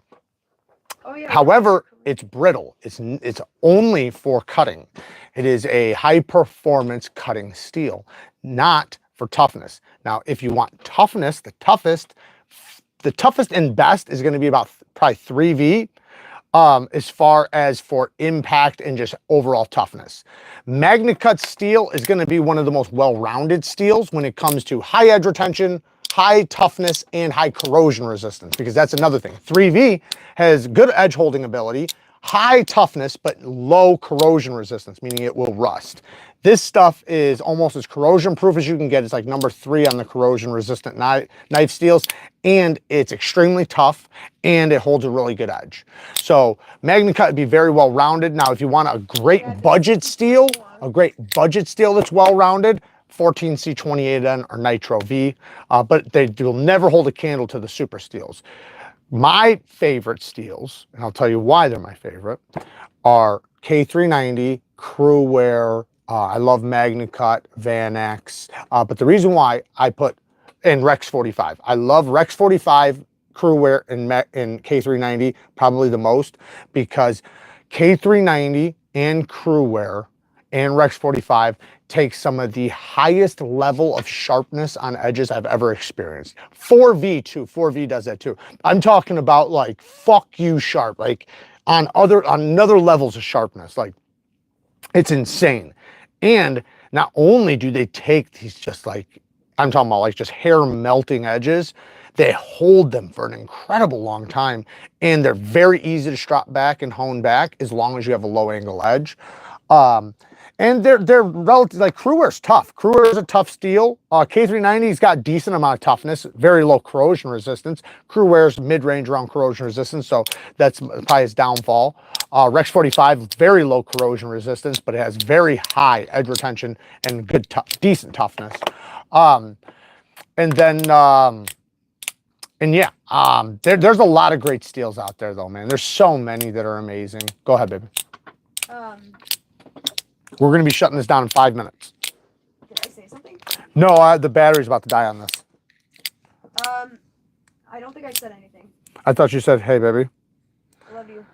MagnaCut recently has been on some reasonably moderate priced budget. MagnaCut's good if as long as it's heat treat over 62. A lot of places don't do that. They think like 60 is good. Yeah. If you want MagnaCut at a good deal, Kershaw has some good MagnaCut for a good deal. The Kershaw Bel Air, the Kershaw Launch 15, and the Kershaw Livewire all have MagnaCut. Yeah, it needs to be over 62 for if you want the best out of the steel. So like, I've done multiple edge retention tests on it, and 62 plus. I like 63, 64 personally. 63, 64 is the sweet spot. That's where it's just the best. Now, when you hit 62, it's not that much worse, but it's obviously a little bit lower than 63, 64. But once you get below 62, it's not that it has problems or anything, but your edges are not going to be as crispy. Your burr's not going to come off as clean. It's not going to hold as good of an edge. It's not going to strap back as well. There's just little things. And, you know, and technically it'll be very hard for people to even notice that don't do the shit that I do, but it does do that. Once you get below 60 though, that's when the average person will be able to tell the difference. You know, 58, 59, that fucking shit is just like, I sharpened some up. It was like 58, 59. And it was very difficult to even get an edge on it. Like it made, because that's the problem is that, and people don't realize this, that shit knives, like gas station knives, right? Gas stations you see, or knives you see at a gas station for like $5, those are the worst steels to sharpen. Like everybody asks me, like, what's the most difficult steel you ever sharpened? A $5 gas station knife, because they're so soft. They're heat treatment, because remember, these things are baked in an oven and then rapidly cooled. That's what creates the hardness. If that's not properly done, it's just like a cake. Always think about a cake or a steak when you're thinking about steels. You could have a well-done steak. You could have a medium rare steak. You could have a very rare steak, right? Soft heat treatment would be very rare, right? You want that sweet spot where it's not burnt, but it's also not undercooked. Same thing with a cake. A cake, it can be gooey on the inside, or it can be nice and fluffy, or it can be hard as a fucking brick, right? So you want it in that sweet spot where it's really good. Maybe. Yes. Are you still recommending that cheap tri-way stone they used to recommend? The cheap one? Yeah. If it has a diamond plate, then that one, yes. I have multiple different ones. I would say the best tri-stone for you to get if you really, really want to get a tri-stone. These are not expensive. They're only like $50. Get this one. Oh no, we're trying to look for something under 19. Under 19? Okay, then go get the one from Smith's. That's the one you want then. Yeah, it's not going to be diamond. It's going to be aluminum oxide, or yeah, it's going to be an India stone, I believe, aluminum oxide stone and Arkansas stones. Those are oil stones though. They're going to be fine. Just don't use any high performance steels on them. And they're not going to cut as fast as like a diamond would. If you want something that cuts fast though, I would recommend just getting diamond. You could just, if you want, if you have $34, get one of these, man. I'm telling you, one of these, I'm telling you, this will fucking save your life. This is amazing. I use this. I couldn't even tell you how much money in sharpening stuff I have. I use this more than any fucking thing, anything. By far, by a landslide, I use this the most. Go ahead. Nothing. And it's just 2 diamond plates that you can easily replace. So you can buy new ones. They're magneted on. A ceramic rod that twists. It has a spot for fishing hooks, has a spot for serrations, has a strop, and 2 diamond plates, and has the angles built in for you. It's amazing. Those cakes that are hard as a brick can be broken down with a credit card. Did you get that one? No. He said those bricks that are hard as a, or those cakes that are hard as a brick can be broken down with a card. I've used mine for my hatchet and it works superb. So a hatchet is typically you use a round stone for a hatchet. I can grab it if you want, but it's just a round disc. And it's typically aluminum oxide because axes use simple steels, very simple steels. They're looking for so much toughness with that. So that's why they do the 2 things that you want for an axe. Geometry, like we talked about earlier. Thick geometry means it's going to be very tough. Thin geometry, slicey. You're looking for toughness with an axe. And then soft steel, right? They don't want something super hard. They want it hard enough where it's not going to dent, but they want it soft enough where it's not going to chip. So they typically run a very simple steel, like something that, you know, you typically wouldn't even make a knife out of. So they're very easy to sharpen. Not meaning like the skill is easy. I just mean like the steel wears off easy. That's all I mean. The skill can be, you know, a bitch. That's, you know, something you do have to practice. Jared. Yes. Sage Alley wants to know, as a Boy Scout, his knife has been relatively reliable, but he needs a new one. What's a good budget knife you recommend with a flipper tab to lateral lock under $100? Go to Civivi. Anything from Civivi. My phone's about to die. Anything from Civivi is what you want. Trust me on this. Civivi knives. Doesn't matter which one you want. Just pick one. I recommend. You could go with the Praxis. That's a very affordable knife, like around 40 bucks. You can go with the Elementum. You can go with a gravity knife Elementum too. That one doesn't have a flipper, but it has a gravity flip where you can just go like that. It has a button on it that you push. You can go with any one of their knives. I'm telling you, man, they have so many. They're all amazing. All their button locks are good. They have the best button locks in the business. They're all under $100, and they use great materials, 14C28N or Nitro V for the most part, which is what I recommend for that price. Can't go wrong with that company. And they do a good job with their heat treatments. I even have tests. If you want to go watch the edge retention test, I have multiple tests on Civivi knives. Before your phone dies, wait, were you just talking about Nitro V? Yes. Never mind. What about it? Well, what's your opinion on Nitro? It's just like 14C28M, very, very similar, super tough, good edge holding, great stainless. Somebody asked me about my misdemeanor. That will be available for about 300 bucks. The DLC ones will be a little bit higher than 300, and then the other ones will be lower. All right, guys, work hard, stay tough. Until next time, peace. Peace. Peace.